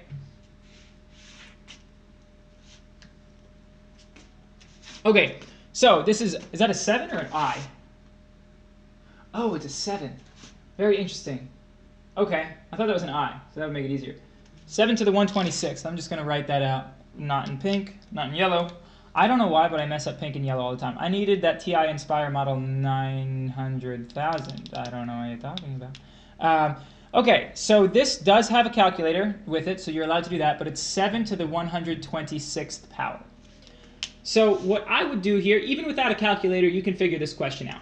Let's start multiplying 7 by itself and see what happens. So actually, I probably should. Let's see what I can do with the calculator on my iPhone 6. How about that? So we have 7 to the 0 equals 1, 7 to the first equals 7, 7 squared equals 49, 7 cubed equals 7 to the 4th equals 7 to the 5th. Let's hope we don't have to go too much further than that. So 7, I need to go this way. Can somebody tell me what these are? Hey. I could do it. I also... Fine. You're right. Levi! Whatever. Yes. Don't say anything about the bathroom. Do not go in there. Okay, Bird. 343 for this guy? Okay. This ends in an 8, I think. I wanted to do this. You did not want to do it. That's true. Yeah? What do we got here? That's fun. Oh, man. 2401, 1608, 07. What's the next one? Oh, I see a pattern. Does the next one end in a 9? I think it does. Someone put it up there. Yes, it does. Great. We have our pattern. I don't get the purpose of this question. Pattern recognition. 17649. 117. Okay. To see how you use exactly XFX. Yes, pattern recognition in mathematics. Mathematics is... What was I going to say? Logic. It is logic. So you're learning logic. It just has numbers. People think math is its own thing, and then logic is its own thing, and it's not. Math is the language of logic. Or can you be rich and buy a TI Inspire and plug it in? Yeah, math is up. Thank you, XFX. I agree, but IO suck at it. Yo, how sticky is your keyboard, XVEX? Jeez. What kind of finger? Like, you have Brady fingers on like a. You type very quickly. What is that adverb. supposed to mean? All right. So here's our pattern to here. Right? We have 1793, 1793, 1793, 1793. Very good. You fixed it. You cleaned the keyboard. Good. So we have a pattern of 4. Right? Every 4th time it gets back to 1 here. So if we're 7 to the 126th, we know that starting at 0, when we add 4 more exponents to it, we get to a 1 again. So 1 to 1 every 4 times. So we're adding 126. So the answer is 9. Okay, we'll see. So we start here, and then 4 times later, we go down 1, 2, 3, and then essentially back up in 4. We are dividing 126 by 4 and seeing what the remainder is. 4 goes into 100, it goes into 20, it goes into 4, so we have 6 left over.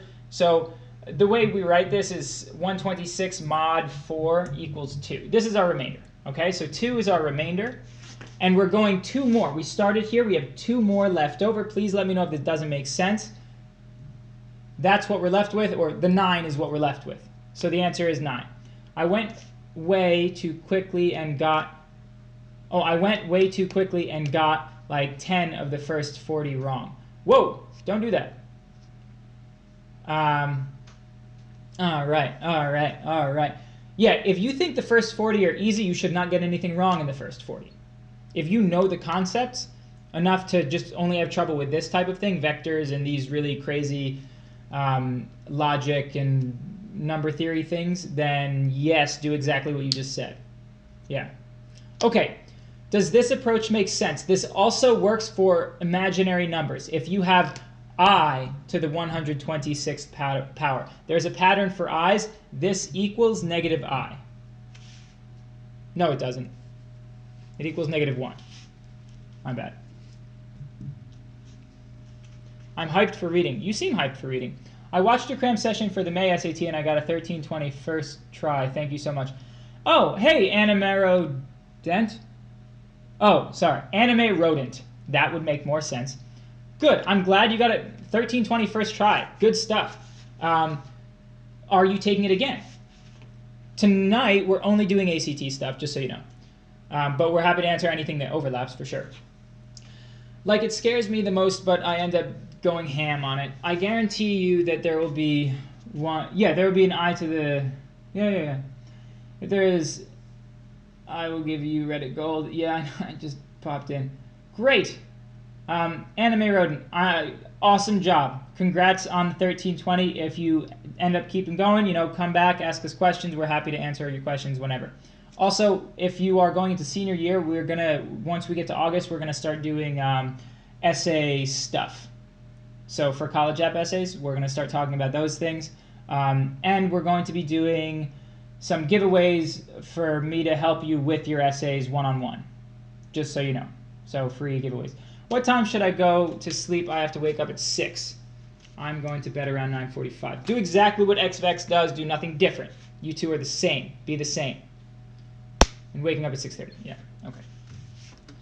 This seems to not be an issue since we moved on to getting sleep, which is also very important. Already 9:40. Whoa.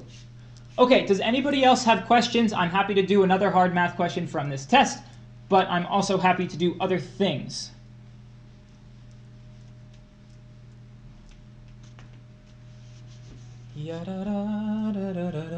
I have way too many stress dreams of taking the ACT.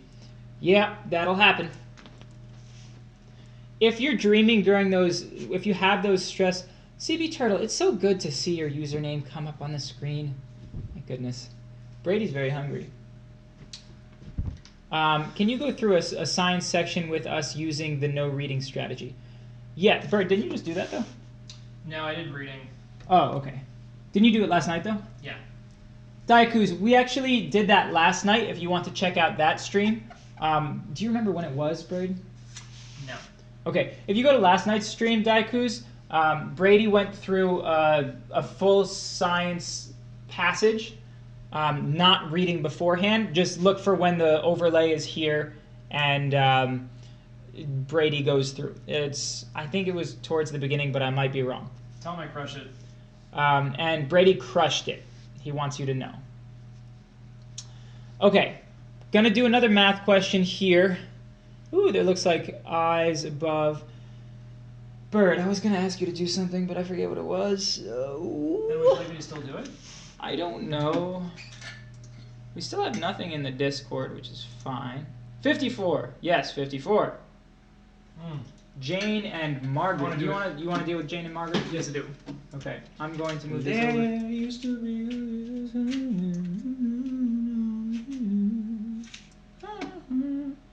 my power, my pleasure, my pain. All right, let me tell you guys about Jane and Margaret. Tell him, Brady. They moved to New City at the same time several years ago and lived there ever since. Jane's lived there half her life. Margaret's lived there 3/5 of her life. If J represents Jane's present age, which of the following expressions represents Margaret's present age? Let me tell you something. All these kids saying, when am I going to do math in real life? This is exactly the situation where you'd have to do math in real life. All right? Good. There's Now no other way to figure out these two women's ages because you're not allowed to ask women their ages. If you were, you wouldn't have to do math ever. Correct. That's what math was originally made for. Oh, gosh. All right, so there's some amount of time that's passed since they both moved there. Jane's lived there now half her life. Margaret's now lived there 3/5 of her life. Okay, so the thing is, we're not actually going to be able to figure out how many years it's been for both of them, but together we can connect in relationship to each other. That's why the answers here are all in terms of J. We're trying to find Margaret's present age, all right? So let's say we got to find, let's actually throw some years in here. Let's say that they moved in 2000, all right? They moved in 2000 and they've lived there ever since, all right? You can always make up your own numbers and see what happens. So let's say it's 2010, all right? They've been there for 10 years. Jane's lived there half her life, which means that Jane must be 20 if she's lived there for 10 years, and that's half of her life. Jane is 20. All right? I'll show you how to do this formulaically afterward, but put it in your own your numbers is always good. Margaret has lived there 3/5 of her life. So 10 years is 3/5 of Margaret's life. How do we find her actual life then? We set this equal. 10 years would be 3/5 of M, which was going to represent her life. All right? So 10 is equal to, remember, of means multiply. So this is 3/5 times M. So to find the answer, you'd have to divide by the coefficient, which is 3/5. Dividing by 3/5 is the same thing as multiplying by 5/3, which I will do now in front of you. So M is going to be equal to, that's going to be 50/3. I'm going to leave that in terms of that fraction. 50/3, which would be 16.666. Let me think about that for a quick second. 16 negative 48. And so, yeah, 16.66. Anyway, okay. So Jane is 20. Margaret is like 16.6 repeating. So which of the following represents Margaret's present age? J represents, okay, so Margaret is 16.6 and Jane is 20. So we have to make sure these answers work. F, G, H, J, and K need to represent Margaret's present age, which is 16.6. So let's just try these answers out. Does 16.6 equal the same thing as 3, we're doing F right now, 3 times J, which is 20, over 10? Well, 3 times 20 over 10 would give us 60 over 10. That's 6. No, it does not. We're looking for the one that gives us 16.6. So for G, J over 2. 20 over 2 is 10. No. H, 5J over 6. that would be 5 times 20 over 6. Let's do some simplification. That's going to be 60. No, it's going to be 100 over 6, which would be equal to 50 over 3. That's it right there. It's going to be h. All right. The rest of them are, k is going to be 40. J is going to be 6 times 20. It's 120 divided by 6. It's just going to be 20. H is the only way. All right, now, knowing how to do this with actual, I don't know, formulaically, without, with generalizing with a variable. Let's say that they've both been there for X years. All right, so it's like now it's 2000 plus X. So Jane, 1/2 of Jane's life, her current age, J would be equal to, let's see, so she's been there for X years, and X represents 1/2 of J. That's what it is. X represents 1/2 of J, because the amount of years she's been there is 1/2 her whole life. This actually might be a lot faster than the way I did it, but you don't know how it's going to work until you do it, and if it's bad, then hey, try again. Margaret. X is 3/5 of Margaret's life. X is 3/5 of Margaret's life. Wow, this is going to be a lot easier. We want to figure out what they are in terms of each other. They're both already set equal to X, so we just set those two things equal to each other.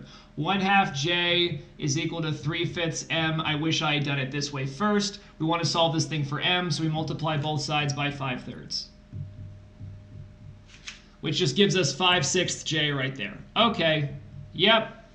Do as I do. No, do as I say, not as I do.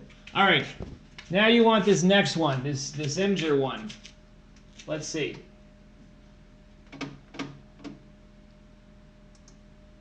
Let's see what this is. Okay. So, here we go. Oh, Levi, you did this one the other day. This is the U and B one. Vectors? Yeah, no. The 2-digit, be reversing the digits of X one. U and V or U and T? U and T. Do you want to do it again? No. Okay, I'll do it. Well, we can just tell them. That you did the other day? I can find. Don't do it.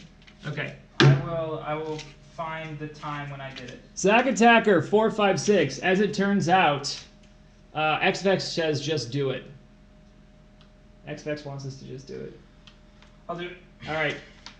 Levi will come do it. Hi. It will be done. Can you scream out the question as though you're angry? Yeah. Let me give you some character background here. Yeah, okay. All right. Your moment before, you were just relaxing on like a nice sofa chair, and then you realized I have to go up and explain a question, but it's Friday night, there's someone I'd like to be hanging out with, and I'm in my mid-20s, and you have to do ACT problems. That's your character background, all right? Think about how you'd feel about that, and then yell this thing out. I don't know if I can get into that type of character. Is it too far away from reality for you? Yeah, I think it might send me to a really dark place where I don't feel like I'm actually having a positive effect on the world. Right. And I'm just, wasting my life away, but saying it's actually useful. You know what I mean? You're getting pretty dark. Hey, yeah, do this one first. Z, is that a Z or a 7? It's a 7. I'll figure you do this one. Yeah, I'm going to do this one. Bird will look at that thing you just posted. I will look at it. Thanks for the follow, by the way. We need to fix that overlay situation there. Okay, we have a two-digit number. So we have a number UT, and then it becomes TU, right? That's what's going on. So please read this question. I don't want to read it for you. Just read it your darn selves, okay? UT, so like the number 13, now becomes the number 31, yeah? And we're saying, what is the result of UT, or, this is X, this is Y. What is X minus Y? You cannot do UT minus TU because I don't know how to do that, right? What happens now? What is T minus U? I have no idea. So this isn't going to help us.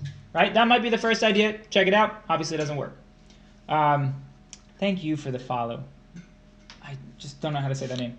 It's good viewership.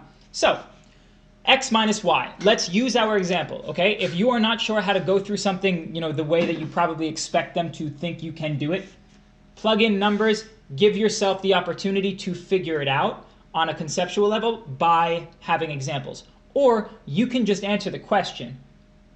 Because let's try this. So we're going to do 13 minus 31.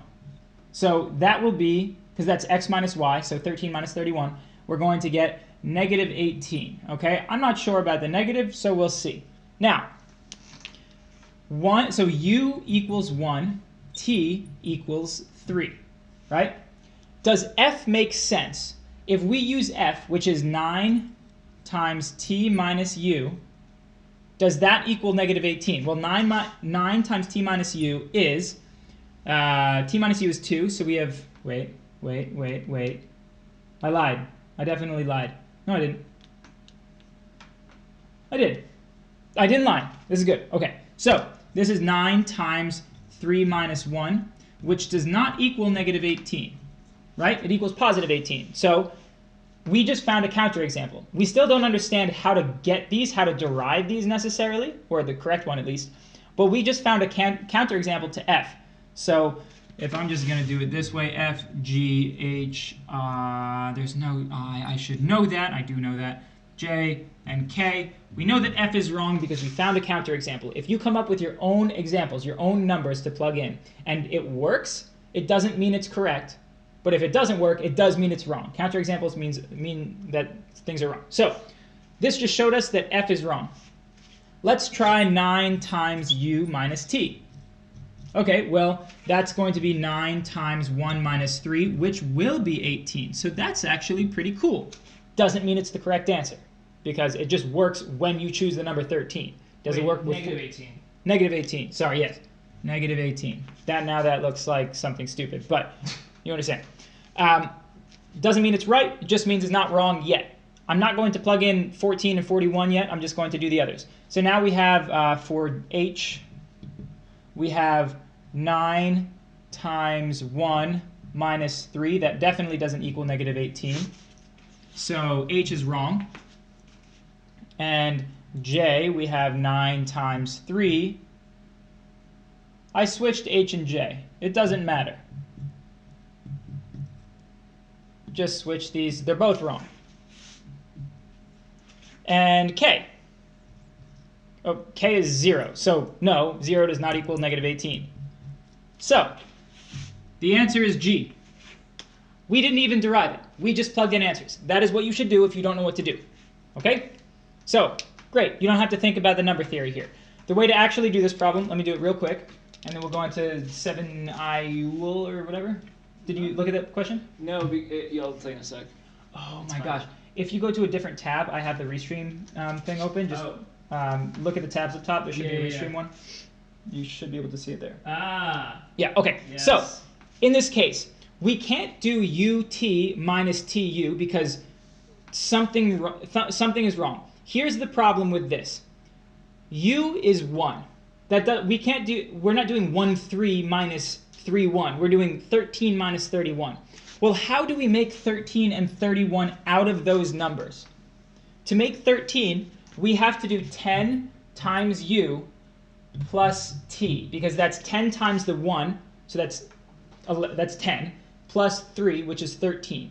This is 13. How do we make 31 out of u and t? We have t, we have 10t plus u, okay? From here, now we do the subtraction because this equals x and this equals y. So what is x minus y? That's going to be 10t, just going to write it down here. We have 10u plus t minus 10t plus u. So let's, solve this. We're going to get 10u plus minus u plus t minus 10. What is happening? So stupid. Okay, just do this, and you're going to get 9u minus 9t. If you factor out your 9, you get 9u minus t, which is g, which is the correct answer. Okay? Please let me know if that doesn't make sense. Please also ask more questions. Did you look at Ewell's question? Yeah, How is it looking? it's looking good, dude. Yeah, you know how to do it off the top of your head? We might, we're gonna tag team it. Okay, we're going to tag team it. Sounds good. I will pull it up. Yes, okay, great. Also, ask your questions. Hey, Matthew Ring. If the interview went well, okay, just so you know, we stream on Facebook and YouTube and Twitch. Someone on YouTube is commenting. Yeah, Twitch on mobile is stupid. Hi, Matthew. I'm glad the interview went well. When they asked you at the end, do you have any questions for us? And you said, did you say, no, do you? You know, did that work? Did you get the job? Okay. Wait, what did I want to do here? I wanted to go to this chat. I wanted to click on this. And then, oh boy. Okay, and then this looks kind of hard. Yeah, that's what it's looking like. We get it, man. We'll get it? You think so? Yeah, we gotta erase this board first, man. Yeah, can you do that while I crop this guy? Yeah. Where's this from? This looks really hard. That's an ACT problem. Yeah? Saw it many years ago. Did you? Yep. Was that before the war? Yes, many years ago, before the war. The war effort. No, before the war. The war effort was happening during the war. Oh, was it? Yep. Understood. We had to feed our boys overseas Give me 1 sec. during the war. All right, I'm going to do one reading section and I'm going to bed. Night, guys. Best of luck, everyone. Yay, CB Turtle! Yeah, CB Turtle's here. Very good. Very good, CB Turtle. We wish you the best of luck. All right, here we go. Trapezoid ABCD is isosceles with side lengths as marked. Its diagonals intersect at E. What is the ratio of the length of AE to the length of DE? Oh, this is going to be a fun one. We're going to dig our teeth into this. We're all going to learn from this experience. We're going to laugh. We're going to cry. We're going to shed a couple of pounds. Just trying to finish this right now. Very good. Okay. All right. Oh, I'm behind the thing. Okay. Yeah, it really doesn't matter. That's fine. So an isosceles trapezoid has the two lengths that are not parallel the same. As you can see, they're both z inches. All right. Let's Oh, do I this draw. thing. Can I draw? Oh, I just draw a really nice line. That's such a nice line. I know it is. I know it is. Okay? Cry more, I think. No, laugh more and shed more pounds in the form of tears. You lose enough tears. Okay. Now, That's terrible. let's make them. Yeah, Make we 'em gotta congruent. make him. We will. We will.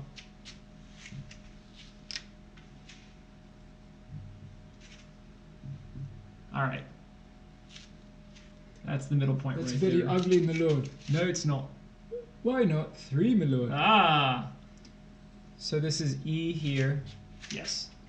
And we are trying to find the ratio of the length of AE to DE. So this to this. Absolutely. Right? That's what we're doing. Absolutely. So I don't know how to make this really visible for you. But that's the ratio we're doing. This looks really hard because you don't have any lengths. We have to use... Okay, so the answer... So one way, if you don't know where to go, you have no idea what to do, look at the answer choices because it tells you where you need to eventually sort of end up. We're making a ratio here. Making a ratio. We have x over y, x over z, 1. They're not going to be 1. It's not going to be 1. So this is an isosceles trapezoid, right? So that means that you have these two sides the same length. You know that your angle here are congruent. These two angles are congruent. Great. Also, you know that the diagonals bisect each other, Yes. So we know that this is congruent to this. We know that this is congruent to this. I don't know how much that will help us, but we'll see. That doesn't mean that they bisect each other, because bisecting would be cutting them in half. These aren't necessarily Right, the same. that's exactly what I said. That would No, also what answer you the drew is question. fine. No. These two are congruent. These two are congruent as well. Yes. These two up here do match each other, as do these down here. Yes. They don't bisect each other. They don't bisect each other, though. I'm so stupid. No, Why you're did I fine. think- What are you talking about? Oh, no! No. Okay, I think I know how to do it, though. Okay. It's So- a similar triangles thing, right? It is. Okay, so here's the deal. We know that these two lines are similar. What are they? Say Parallel. parallel. They're parallel, right? So that means that this angle here, this little one here, is congruent to that one. This angle here is congruent to that one, and we have vertical angles here and here, right?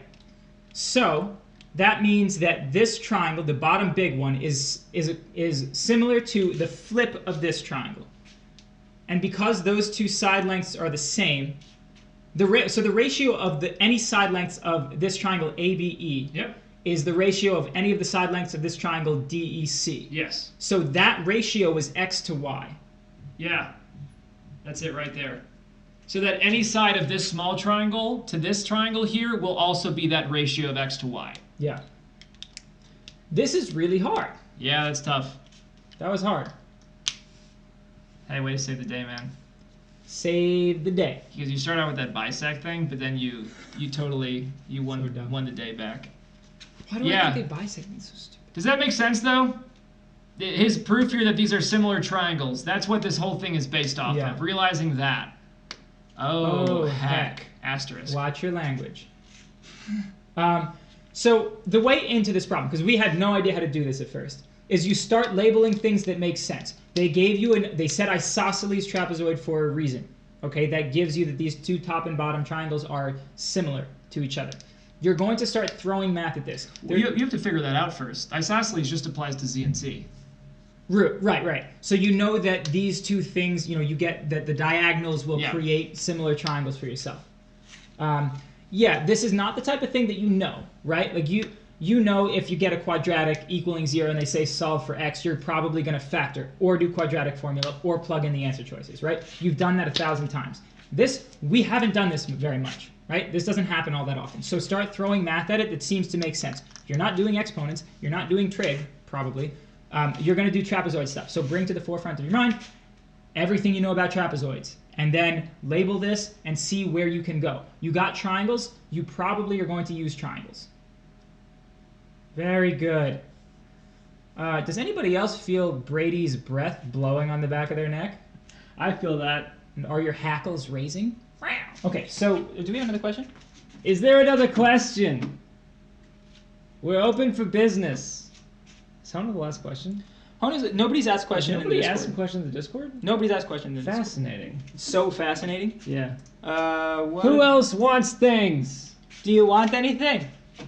You want some candy? You want some pencils, some erasers? I have all of those things in my trunk. You just gotta come with me to my car. Hey, if you got that from Reddit, did somebody else answer it on Reddit already? Because I'm gonna go post the link to this on Reddit so people can see it. Good idea, Levi. Who's got questions? We've got answers. They're hopefully right, but not 100% of the time, but higher than most of what you could probably do. Have a nice night, guys. I'm going to get some shut-eye for tomorrow. Hey, Zack Attacker's got questions. 7 Oily. Not well, but yes. Yes, get some sleep. You're going to be fine. Get some sleep, eat a big breakfast, bring snacks for those breaks. Every break you get up, walk around. If you have to go to the bathroom, hold it in. Holding it in makes your brain worried about that, and then you can't focus on other things. All right, okay, we got Zack Attack. Let's see. Plug it in when no one is around you. Oh, I like this one. Where's the mouse? Here it is. Here we go. You're acting kind of shady word and calling me braid word. All right. Ray PK bisects angle LPM. The measure of LPM is 11x degrees, and the measure of LPK is 4x plus 18. What is the measure of KPM? If you draw this correctly, you should be in good hands. Because you're insured by Allstate. We're sponsored by Allstate. Are you in good hands? LPM, we'll start with that. You got this nice angle, LPM. And as it turns out, Ray PK bisects LPM, which means it cuts it in half, 2 equal halves. So something like this, here's K. If it bisects it, this right here will be equal to that right there, okay? Next thing, measure of LPM, the whole thing is 11x. So I'm going to put that here. This whole thing is 11x. And then the measure of LPK, that right there is 4x plus 18. So just this is 4x plus 18. The question is, what is the measure of KPM? Well, the fact that we have bisected angles here is literally everything. LPK will be the same angle as KPM. They'll be the same. And we have this x relationship we have to figure out. 4x plus 18 is 1/2 of this whole angle, and the whole angle is 11x. Okay? So 11x must be twice of what 4x plus 18 is. So that right there is going to be our equation. 11x is 2 times bigger than 4x plus 18. If we just solve this, we'll get x. 11x is equal to 8x plus 36. Subtract the 8x. We have 3x is equal to 36. X is equal to 12. X is equal to 12, which means LPK would be 48 plus 18, which is going to be 66. And if LPK is 66, then KPM is also 66, because they're the same measure. Let's just make sure that makes sense. 11 times 12. 10 times 12 is 120, plus another 12 is 132, which is what you get if you add these together. Yes, 66 degrees. Does that make sense? Zack Attacker 456. Do you like this? Would you like to purchase this? I will sell you this for a good price. A little high, but oil prices being what they are. Are all rays drawn in that fashion? Okay, technically a ray comes from a point and then continues. So, like, those would be rays right there. When does the stream end?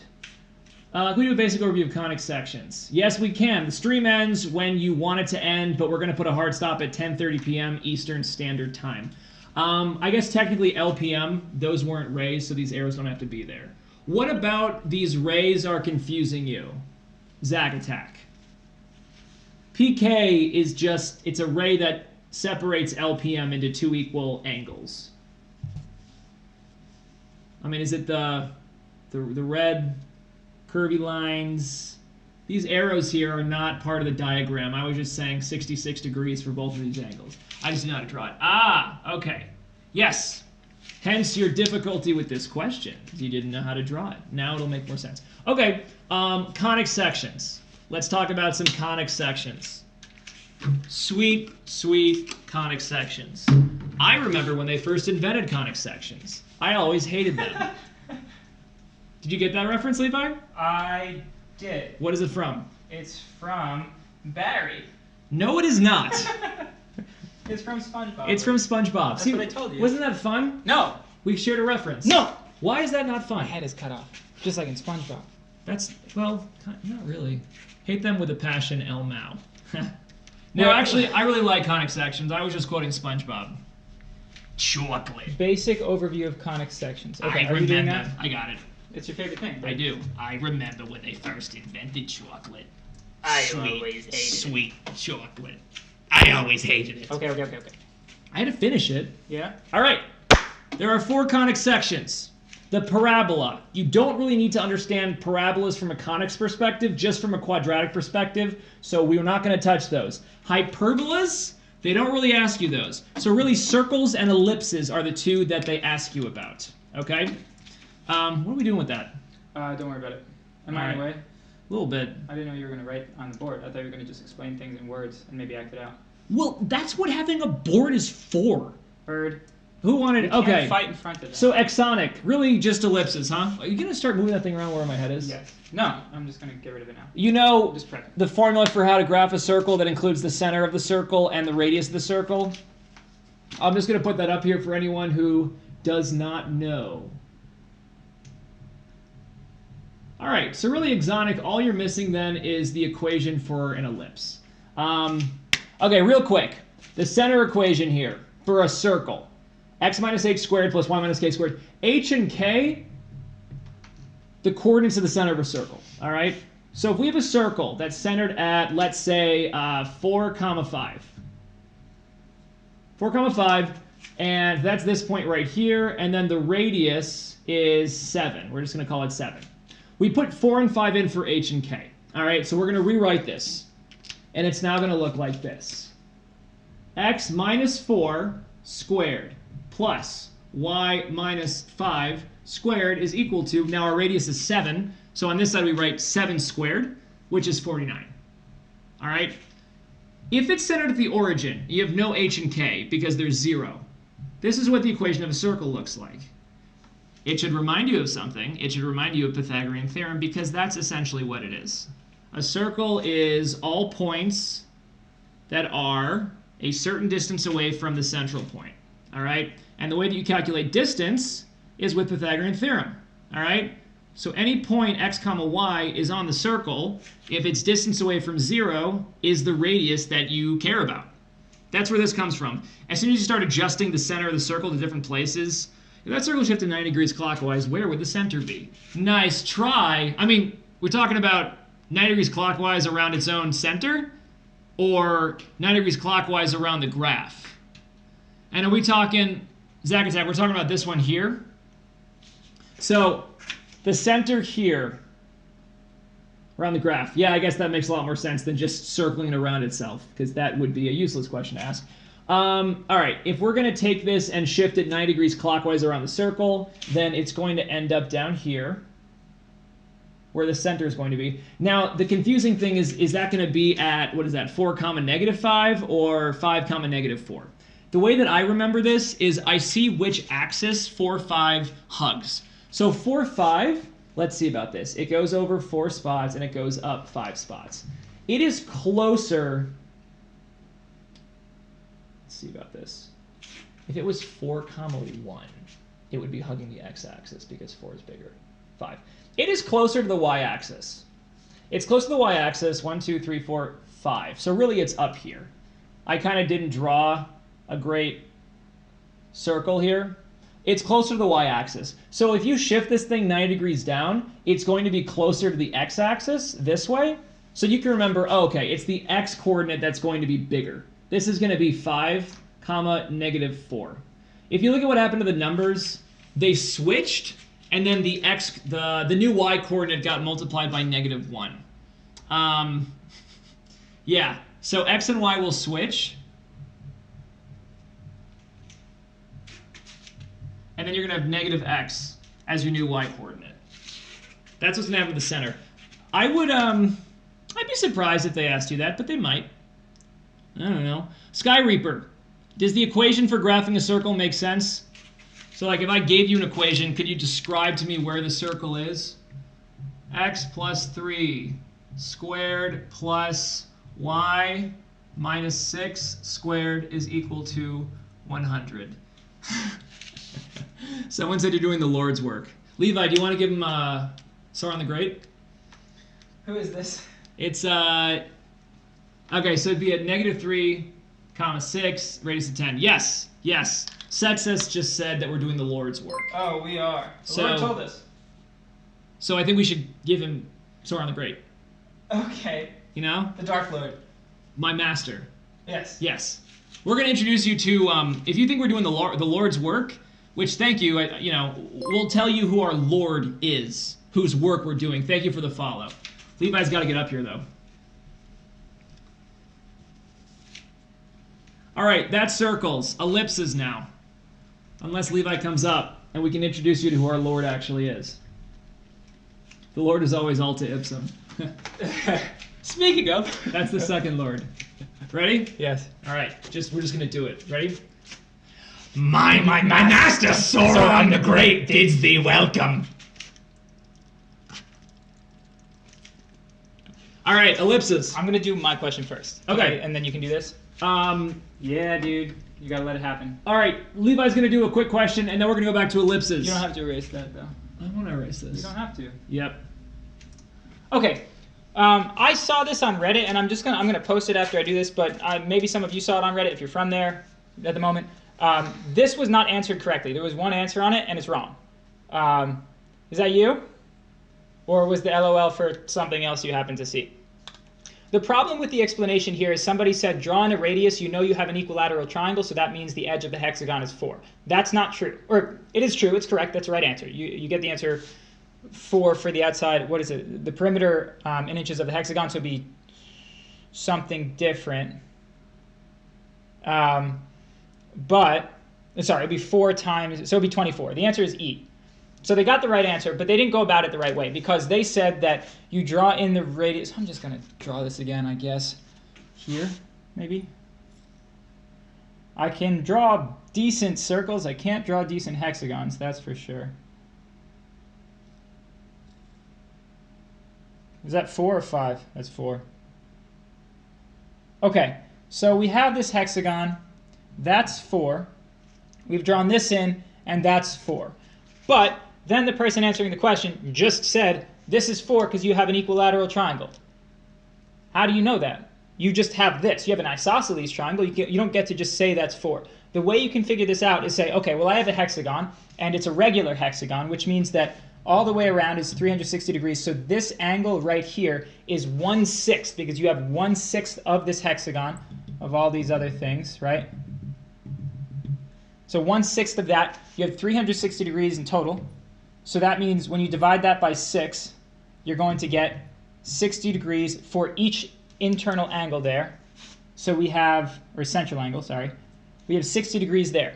So now you have an isosceles triangle with a 60-degree single angle thing, and you know that these two angles have to be congruent because their opposite sides are the congruent sides of the isosceles triangle, which means that now they're both 60 because you know you have 3 angles that have to add up to 180. One of them is 60. The other 2 are equivalent. The other 2 have to add up to 120. So what are 2 angles that are equivalent that add up to 120? They're 60. Now you have an equilateral triangle. So that side is 4. Now you multiply 4 by 6 for all the equivalent sides of the hexagon. You get 24. Bert, you want to do Ellipses. ellipses? I want to do ellipses. I'm going to do ellipses now. Okay. That's what I want to do. I'm getting mixed messages. What are you about to do? I'm going to do whatever the opposite of ellipses are. Ellipses. All right. Unless you want to talk about alta ipsum real quick. Sure. Really quick. Alta Okay. ipsum. Alta ipsum. It's our sponsor. It's our sponsor. They're our okay. sponsor. It's Still an our sponsor. application. Yes. You put it on your phone. Yes. You put it on your computer. You can track your grades. It's for academic reasons. Academically, it's reasonable. Executive functioning. We're Yes. talking about grade tracking. You can We're talking function about executively. setting goals. Yes. We're If- talking about Oh, scheduling. God, we're I'm talking sorry. about that. We're talking about all of that. Literally everything. You think we're Everything doing the we do. Lord's work? Alta ipsum is doing the Lord of the multiverse's Alta ipsum work. is our Lord. Also, another product. They're not our sponsor, but we used it to help put together this board. Is Tide Bond original wood glue because Levi and I have a Tide Bond. Very great. We are great salesmen. So great at it. Also, it's a first month free if you want to try it. It's The been first free. month is literally free. Yeah, but it's been free this entire time. What and are you're you all doofuses for not getting it free. It's been Doofy. free for years. It's been free for years and you haven't taken it. As soon as you start, it'll have 1 month left of free. And then you have to pay. It's not expensive. It's fine. It's totally worth it. Yes. Literally, it will make you money. It Yeah. will pay for itself in a Yes. matter of seconds. It's also important to be on the forefront of the AI revolution where they subjugate all of humanity. And if you get into Alta ipsum now, you might get a higher status. Yes. You will not be enslaved by the machine that eventually will enslave us all. You will be, the strategy is OP. Yes. What does Yes, OP I mean? don't. OP, What does OP it means overpowered. overpowering? Yeah, it has nothing to do with, it doesn't matter. I'm scared. Just, Okay, ellipses. Ellipses, here we go. Gave me a 36. yes, it will. It will give that to you directly. Okay, here's ellipse formula. I hate it that you don't finish erasing. Nah, dude, it's fine. No, it's not fine. It looks very similar to a circle formula, except for some literally key differences. It's so literal. These differences are so key. It's so literal. Okay. First difference. It's not set equal to r squared, it's set equal to 1. So if your ellipse formula that they give you is not set equal to 1, it's set equal to like maybe 50, divide everything by 50, get that side equal to 1. If you don't, I will hunt you down, and once I have you right where I want you, I will promptly leave, because that's weird. I'm not gonna do anything. I do have a lot of candy in my trunk though, so if you want some of that candy, you're gonna have to come with me to the car. I should stop saying that. Okay, here's what's going on. H and K, like before, the center of the ellipse. All right, you got two different kinds of ellipses. Ellipses that are horizontally oriented, whoa, and ellipses that are vertically oriented, all right, whoa, kind of like nuggets or something like that, okay? I did 2 passages, and I have been around 4 minutes on each passage, and all have been correct. Doesn't get better than that, Diet Goose. Doesn't get better than that. Keep it up. Keep it up. Here's 2 things you want to know. All right, the center of the ellipse, great. I call this the x radius. It's the radius from the center to the far end of the ellipse in the x direction. I call this the y radius, b. That's what a squared and b squared represent, okay? A represents the x radius. Now keep in mind that a squared is what is on the denominator, not a itself, it's a squared.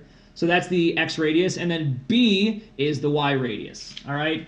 Once you have those 2 radii and the center, you can graph your ellipse. You got everything you need, all right? So let's do one. We're going to make it easy first. X squared over 16 plus y squared over 9 is equal to 1. You might notice there's no center coordinates. There's no h and no k. That means there's 0, so this thing is centered at the origin. Next thing you want to think about, is this going to be a vertically oriented ellipse or a horizontally oriented ellipse? And that comes down to our a squared and our b squared. If our a squared is 16, our a, or our x radius, is going to be 4. If our b squared is 9, our b, or our y radius, is going to be 3. Our x radius is larger. This thing is going to go out more than it goes up and down. So it's going to be a horizontally oriented ellipse. Center at 0, 0. It goes 4 units in both directions, 3 units in the y direction. All right? So this ellipse is going to look like that. And I asked on Reddit, and 5 people who scored 30 plus in science said they did it without reading any passage except the convicting voice. Exactly, Daikus, exactly. I am not surprised, because that is the fast way to do it. All right, next thing, foci. You generally, Levi, they don't actually have to be able to find the, use the equation of foci to find them, but just know approximately where they should be, right? Have we ever seen a problem where they actually needed them to calculate the foci? I've only seen one where they asked for the foci, and yeah, I mean, it'd be good to know. Yeah. It's pretty simple. The equation are just where they are. Where they are. Yeah, of course. Yeah, exactly. Okay. Well, that isn't it. Hey, Also, also. Yeah. Well, what's the close? Sure. I'm deaf using the strategy tomorrow. Yes, you are, Diet Coos. It makes me sound like, it sounds like Diet Coke, but it's Diet Coos. So I want to get a Coos Classic, see how that tastes, and then compare it to Diet Coos. The foci of an ellipse. Here's the next thing, all right? Technically what ellipses are, if you stick 2 pegs in space and put a string, you just got like a string that's just kind of hanging there, all right? But then you take a pencil and you put that pencil in that string, which pulls the string taut. You don't want it just to be loose. You want this thing to be taut. Here's what's going to happen. You're going to get something that looks like that. And if you drag that pencil around, so that string length is going to stay fixed, but your pencil can move up, along the string. It's not like it only is connected to that part of the string. You're going to move this thing maybe around here. So now we got something that looks like that. You're going to move it over here. It's going to have something that looks like that. You keep moving this thing, you're going to get an ellipse. All right?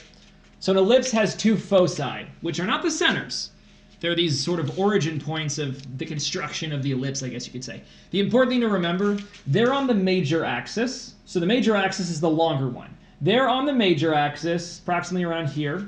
They're inside the ellipse. They are not the vertices or the co-vertices of the ellipse. They're inside of it, all right? So this one here, they're going to be around there. If you have a vertical ellipse, they're going to be somewhere along this line. Maybe somewhere like here and here, okay? They are symmetrical about the center. So if this distance here is 4, this distance here is going to be 4 as well. And they're located along that middle dividing major axis line of the ellipse. We've seen a question before where they just ask you which are the foci, and you can use process of elimination to say, well, okay, these points are not even on the major axis. These points are the 2 vertices. They have to be inside the ellipse to count as the foci, things like that. Foci is the plural focus, by the way. Aren't foci just the middle of the middle? No. I don't exactly know what you mean by the middle of the middle, but they're not the central. They're not the center point. They are these 2 points that I was telling you about. Middle of the middle. Just say no, because it's not. I don't. Yeah, you have to explain. Yeah, no, that's fine. I mean, that sounds interesting, but that's not my understanding of it. Unless there's a.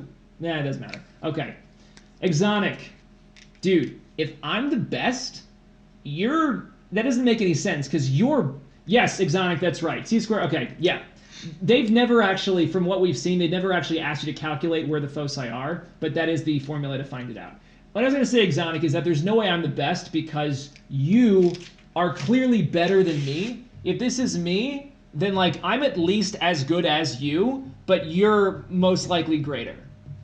So like if I'm the best, the only way that that's possible is that you and I are tied for the best. In which case, is it, can 2 things be the best? I don't even know. We got a question from Zach Attacker.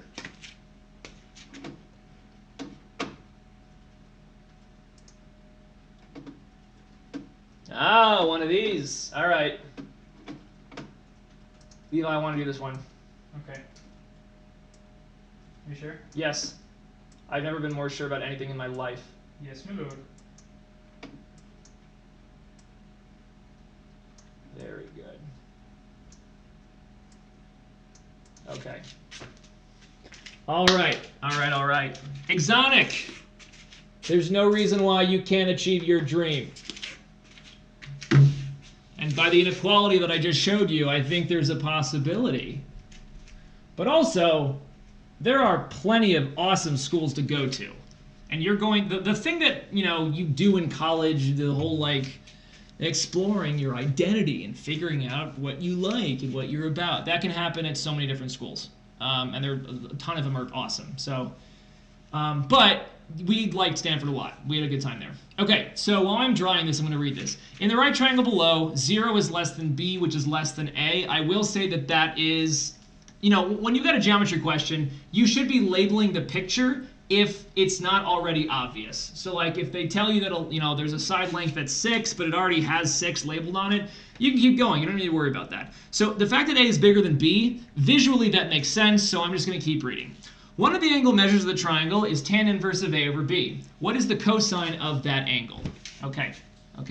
So if you guys have never seen inverse SOHCAHTOA before, then this is going to be a new thing for you. But basically, sine, cosine, and tangent, you take them of angles, and they give you the ratios of side lengths. All right, that's why we got opposite over hypotenuse, adjacent over hypotenuse, all that stuff. If you want to do tan inverse, what's going to happen here is that it is the inverse function of tan. So what you input is the ratio of the sides that you know. And what it outputs is the angle that must have that tangent. Okay? So this triangle here, which I'm going to draw, we got this, this, this. This is A, this is B. First off, let's find the angle that is tan inverse of A over B. That would mean the angle whose tangent is A over B. So which angle has that as a tangent? This one right here. If you were to take the tangent of that angle, you say tan of theta is opposite over adjacent, which is A over B. So therefore, this is the angle that they're talking about. So once we sort of realize that, the question is just what's the cosine of that angle? All right, it looks way more scary. Cosine of tan inverse, what does that mean? It's cosine of an angle. The angle just happens to be tan inverse of A over B, which is this one right here. So we want to take the cosine of this angle. Cosine is, it's adjacent over hypotenuse, which is going to be b over the hypotenuse. The hypotenuse is the square root of a squared plus b squared. Thank you, Pythagoras. So that's what our cosine is going to be. A squared plus b squared. And that one is going to correspond with d. Okay, I got caught up on the inverse. I know you do. Zach Attacker, you always get caught up on the inverse. You gotta drill yourself on those things, man. That's Zach's move. Yeah. I mean, that's his thing. That's what he's known around the street as. Is there's that guy that always gets caught up on inverse trig. And he's like, hey guys, I'm working on it. I'm gonna get better. And they're like, okay, we believe you. Whew. Okay. Any other questions, Levi? What time is it? It is 10:29. It is. 10:29? Yeah. Oh, man.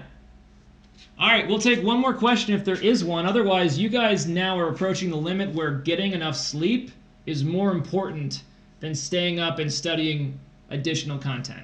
In fact, you probably already passed that point, so it's super important that you guys go get some sleep. But we'll answer one more question for you if you want. And if not, we'll still answer it. We just won't know what it is. I'm going to get a 1. Me. Exonic, you're not going to get a 1. Ring Matthews is asking you, Levi, where are you going for vacation? Oh, let me tell you. Zack Attack, is that meme me? Like, you want us to make a meme out of you? Is that what it is? Oh, Zack Attack's got the last question. Tell Levi or Matthew. What? I am going to California. I'm going to LA, and then I'm going back to Stanford to visit some friends. So, this one. it's going to be... did we do this last night? Yes, we did. Okay. Or the day before, I forget. I'm going to erase this stuff. Okay. I'll do this one. Yeah, going to visit friends. Bird, where are you going? Or did you already answer that for yourself? I have not. Bird's going back to Chicago. Nerdish meetup. Yeah, with like the 8 of us that are here consistently. We could, Yeah. We could, like, teach you guys an in-person class or something. We'd have to get a space. What? we need to think about that. That's actually, I want to think about that. No. We should just let me make a decision that I don't consult you on, and let's just confirm it. No, literally I don't right have a now. problem with you saying it. I actually want to think about that more. How do you guys feel about, maybe we should just have this board, have them sitting in front of us in real life, and they still have to type the questions in on Discord. That's ideal. Okay, Zack Attack. Here's the thing that you gotta know. It's called Pythagorean identity, and it looks like this.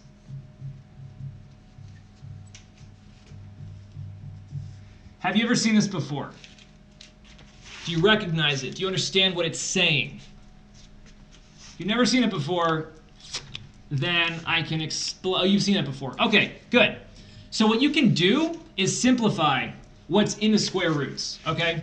Stop it. We've just stopped. Yeah. So if I solve this thing for 1 minus cosine squared x, which means I have to subtract this to the other side, I'm going to get sine squared x is equal to 1 minus cosine squared x, which incidentally is the exact same thing I have under the square root of the first term.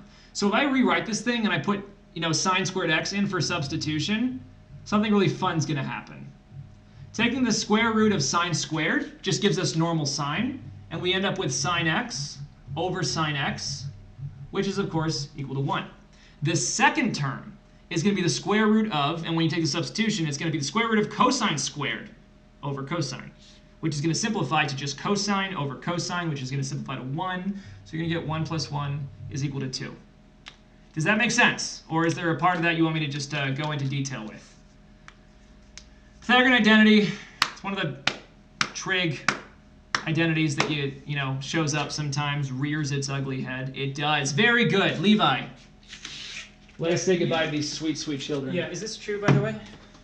What? Just these last 3. Oh, yeah. It's It's not specific, it's just for both. Yeah, it's for both. It's for both. Yeah. Because it's math. Yes. All right, everyone. It is that time of night. Oh, Exonic, you kill me. I'm dead because of you. You've murdered me. And I'm lying on the ground in a pool of my own blood. Exonic, thank you. I'm probably going to be the main one implicated, though. Hey, we have more than 2 viewers now. Is that enough for merch? Well, it would be, but here's the thing. We're not streaming for the next 3 weeks, and all of these people are going to go away. Probably. But hi to everybody who's new. We are going to be streaming again in July. So if you've joined the Discord or joined or followed us, yeah, we're glad to make you grateful. This is what we do. This is what, like, if we have, oh gosh, Bert. Thank you, Bert. Thank you, Bert. This allows them to see all of us. This is very good. And now I'm Brady. And I'm Levi. And I'm Dizzy, also. Anyway, I'm Levi. I'm going to LA. You guys should follow us. You'll get notifications. We're going to be gone for 3 weeks because, you know, I'm really cool and Brady's not as cool, even though he actually is much cooler than me. But so that's not what I think. I think I I'm don't way like cooler this role play. All right, hold on. Roll back up. I don't want. Roll back up. Yep. Okay. That's very good. I'm very busy, Bert. Yes. Did that help? Prep the last 30 seconds. Did it help you prepare for the SAT or It must ACT have. tomorrow? It helped probably me. didn't not. Okay, so we're going to be back in July, and we're going to help you prep last minute for the next ACT, which is July 13th. Thank you for being totally unhelpful. And then also, for those of you who are going to be seniors, we're going to talk about college application essay stuff in August once the app is released, the Common App is released. And also, we're going to be doing a bunch of giveaways. I don't know if it's going to be weekly or not, maybe like 1 or 2 winners per week, and then I'm going to give the winners like an hour of my time helping with essay guidance. So, which people have seemed to appreciate in the past, or they did last fall. I don't know if I can handle 2 a week through January 1st. Actually, I want to talk about that. Oh, do you? Yeah. Let's talk about that. You want to talk about it now? No. I was just something I was going to talk to you. Bird! Steven Maisko. Steven! He's my friend. Steven and I did theater together when we were very young. Is Steven the one you didn't like, though? Yeah, Steven's one that I really disliked. Okay. Yeah. Got it. But I just pretended to like him for a very long time. Right. And I still pretend. Got it. Also, Yes. nobody knows what we're talking about because Steven commented on Facebook. Yes. Because only people old use Facebook, Right. like us. Steven, I'm going to speak in a frequency that none of the kids understand. I still like you. I still want to be your friend. Oh, you're a dirty bird, aren't you? Oh. Yeah, you are. But I'm covered in like oil because of an oil spill. Because I'm a dirty bird. Sorry, man, they're going to use Downy. Is that what they use? What are you talking about? They always use the same dish soap to like... Dawn, that's what they use. Whenever there's an oil spill, there's always pictures of them cleaning little ducklings with Down. Like soap. Oh, Yeah. okay. Hey, anyway, so we will be not streaming for the next 3 weeks, but if you have questions, you can always ask them in our Discord, and we will answer them in our Discord. Yes, we but will- only in our Discord. Yes. Bird and I will have a conversation about the 2 things that we want to discuss, and then we will maybe share those things with you. But if you play your cards right. yeah, we're going to be gone for the next 3 weeks, so don't forget about us because we can help you. And I think we said this last night, but we don't like streaming for 2 people at a time because the same amount of time is used for us. Now, obviously, for those 2 people, it's great, but you know, tonight we had more, and it seemed to help. We also recommend that if you're taking the ACT in July, that you watch our stream for the 2 weeks leading up to it rather than the night before. Big time. Yeah.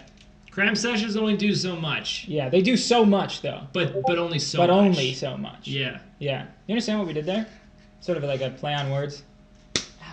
I'll give you a play on words. You know where? Right in the Right kisser. Okay. Give the old 1-2. Yeah. 1-2. This is how tutors fight. Yeah. We fight like this. Minus B. Plus or minus is square root of a squared b. It's would be- AB squared. Well, not when I'm on this side. Hey, important thing is that we do not condone violence. We don't condone violence. We don't condone violence. We don't condone that. Also, we almost forgot about our sponsor, the meal, breakfast. Oh, we're brought to you by breakfast. Yeah, we are brought to you by breakfast. Yeah, literally breakfast dragged us here against our will. Yep. Gosh. So we've been brought here. Breakfast is so sweet on the outside, and then you get to lunch, and you realize lunch is actually more fulfilling.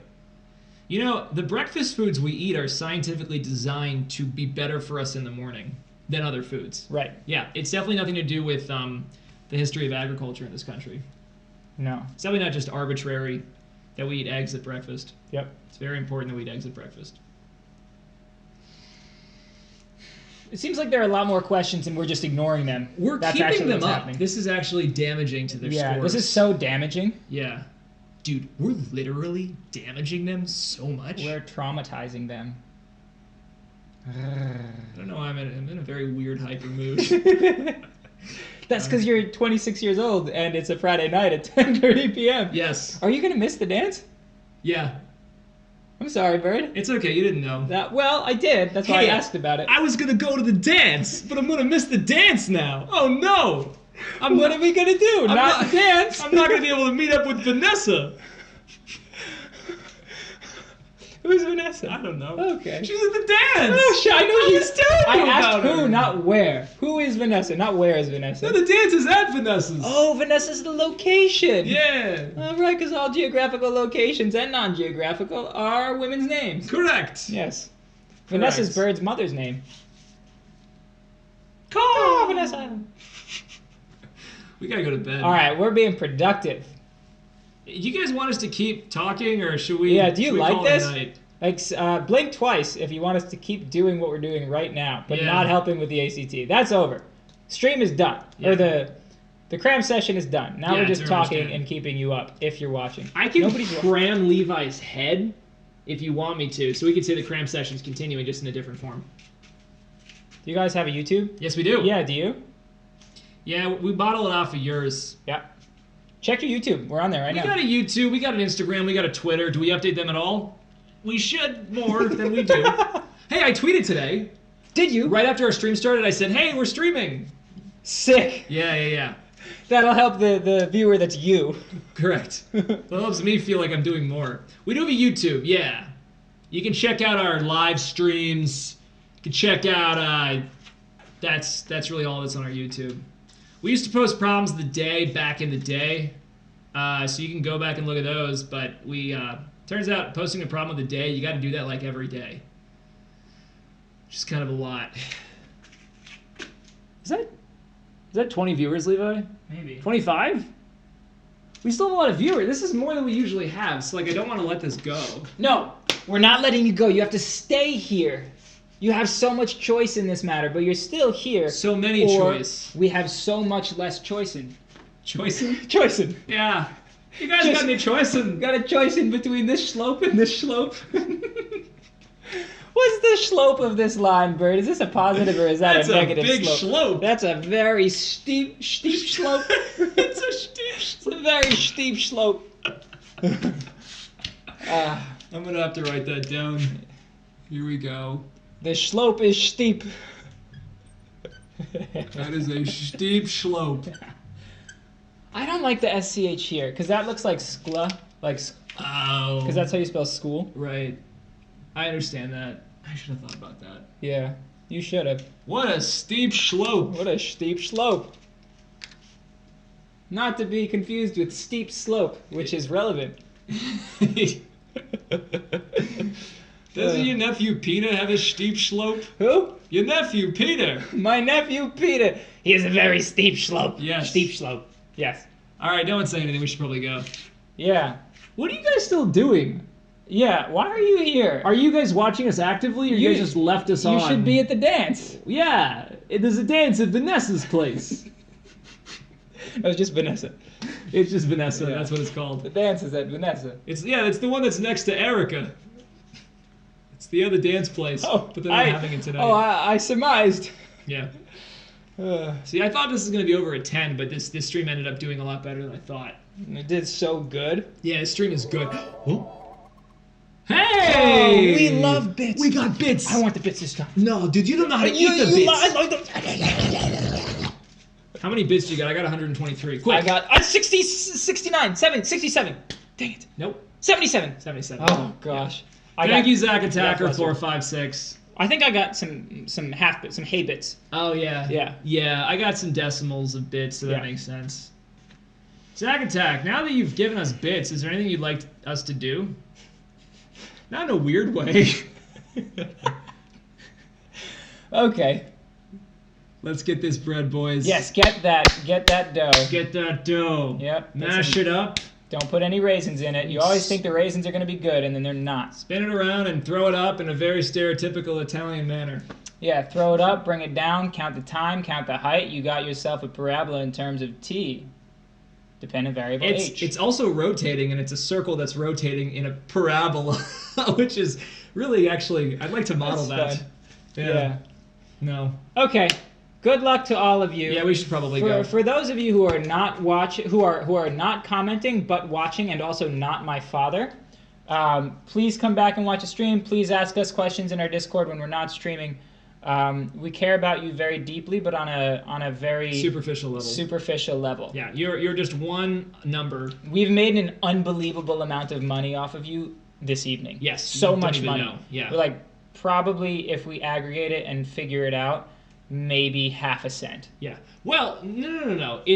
We made a lot of money off them, but it's money that they don't even realize they're giving away because it's not like U.S. dollars. It's like a different currency that only we have and know about. I think you're thinking about time. Oh. I'm thinking currency of time. Oh yeah, but don't we convert time into nerdish bucks? And we cash nerdish bucks. I pay you nerdish bucks for like fun little pencil sharpeners, erasers, little stars, little sticker stars. Yeah, I love those. Yes. Yeah, nerdish bucks. Yeah. Do you ever stick your? I always would cut my fingernails with those little pencil sharpeners. Oh yeah, I used to just put my pinky in there and sharpen my pinky. Yeah. Yeah. Yeah, I did too. When I stuck it into Emily's eye. Isn't that a dance menu? At the dance. All right. Have a good night, everybody. You should not be watching us anymore if you're taking the ACT. If you're my father, Dad, I love you, and I will send you my schedule for Sunday soon. Skyrim, we're going to go now. We're kind of. This is fun. Yes. For us. Have a lovely night. You want to scream our way off? Yes. All right. Good night.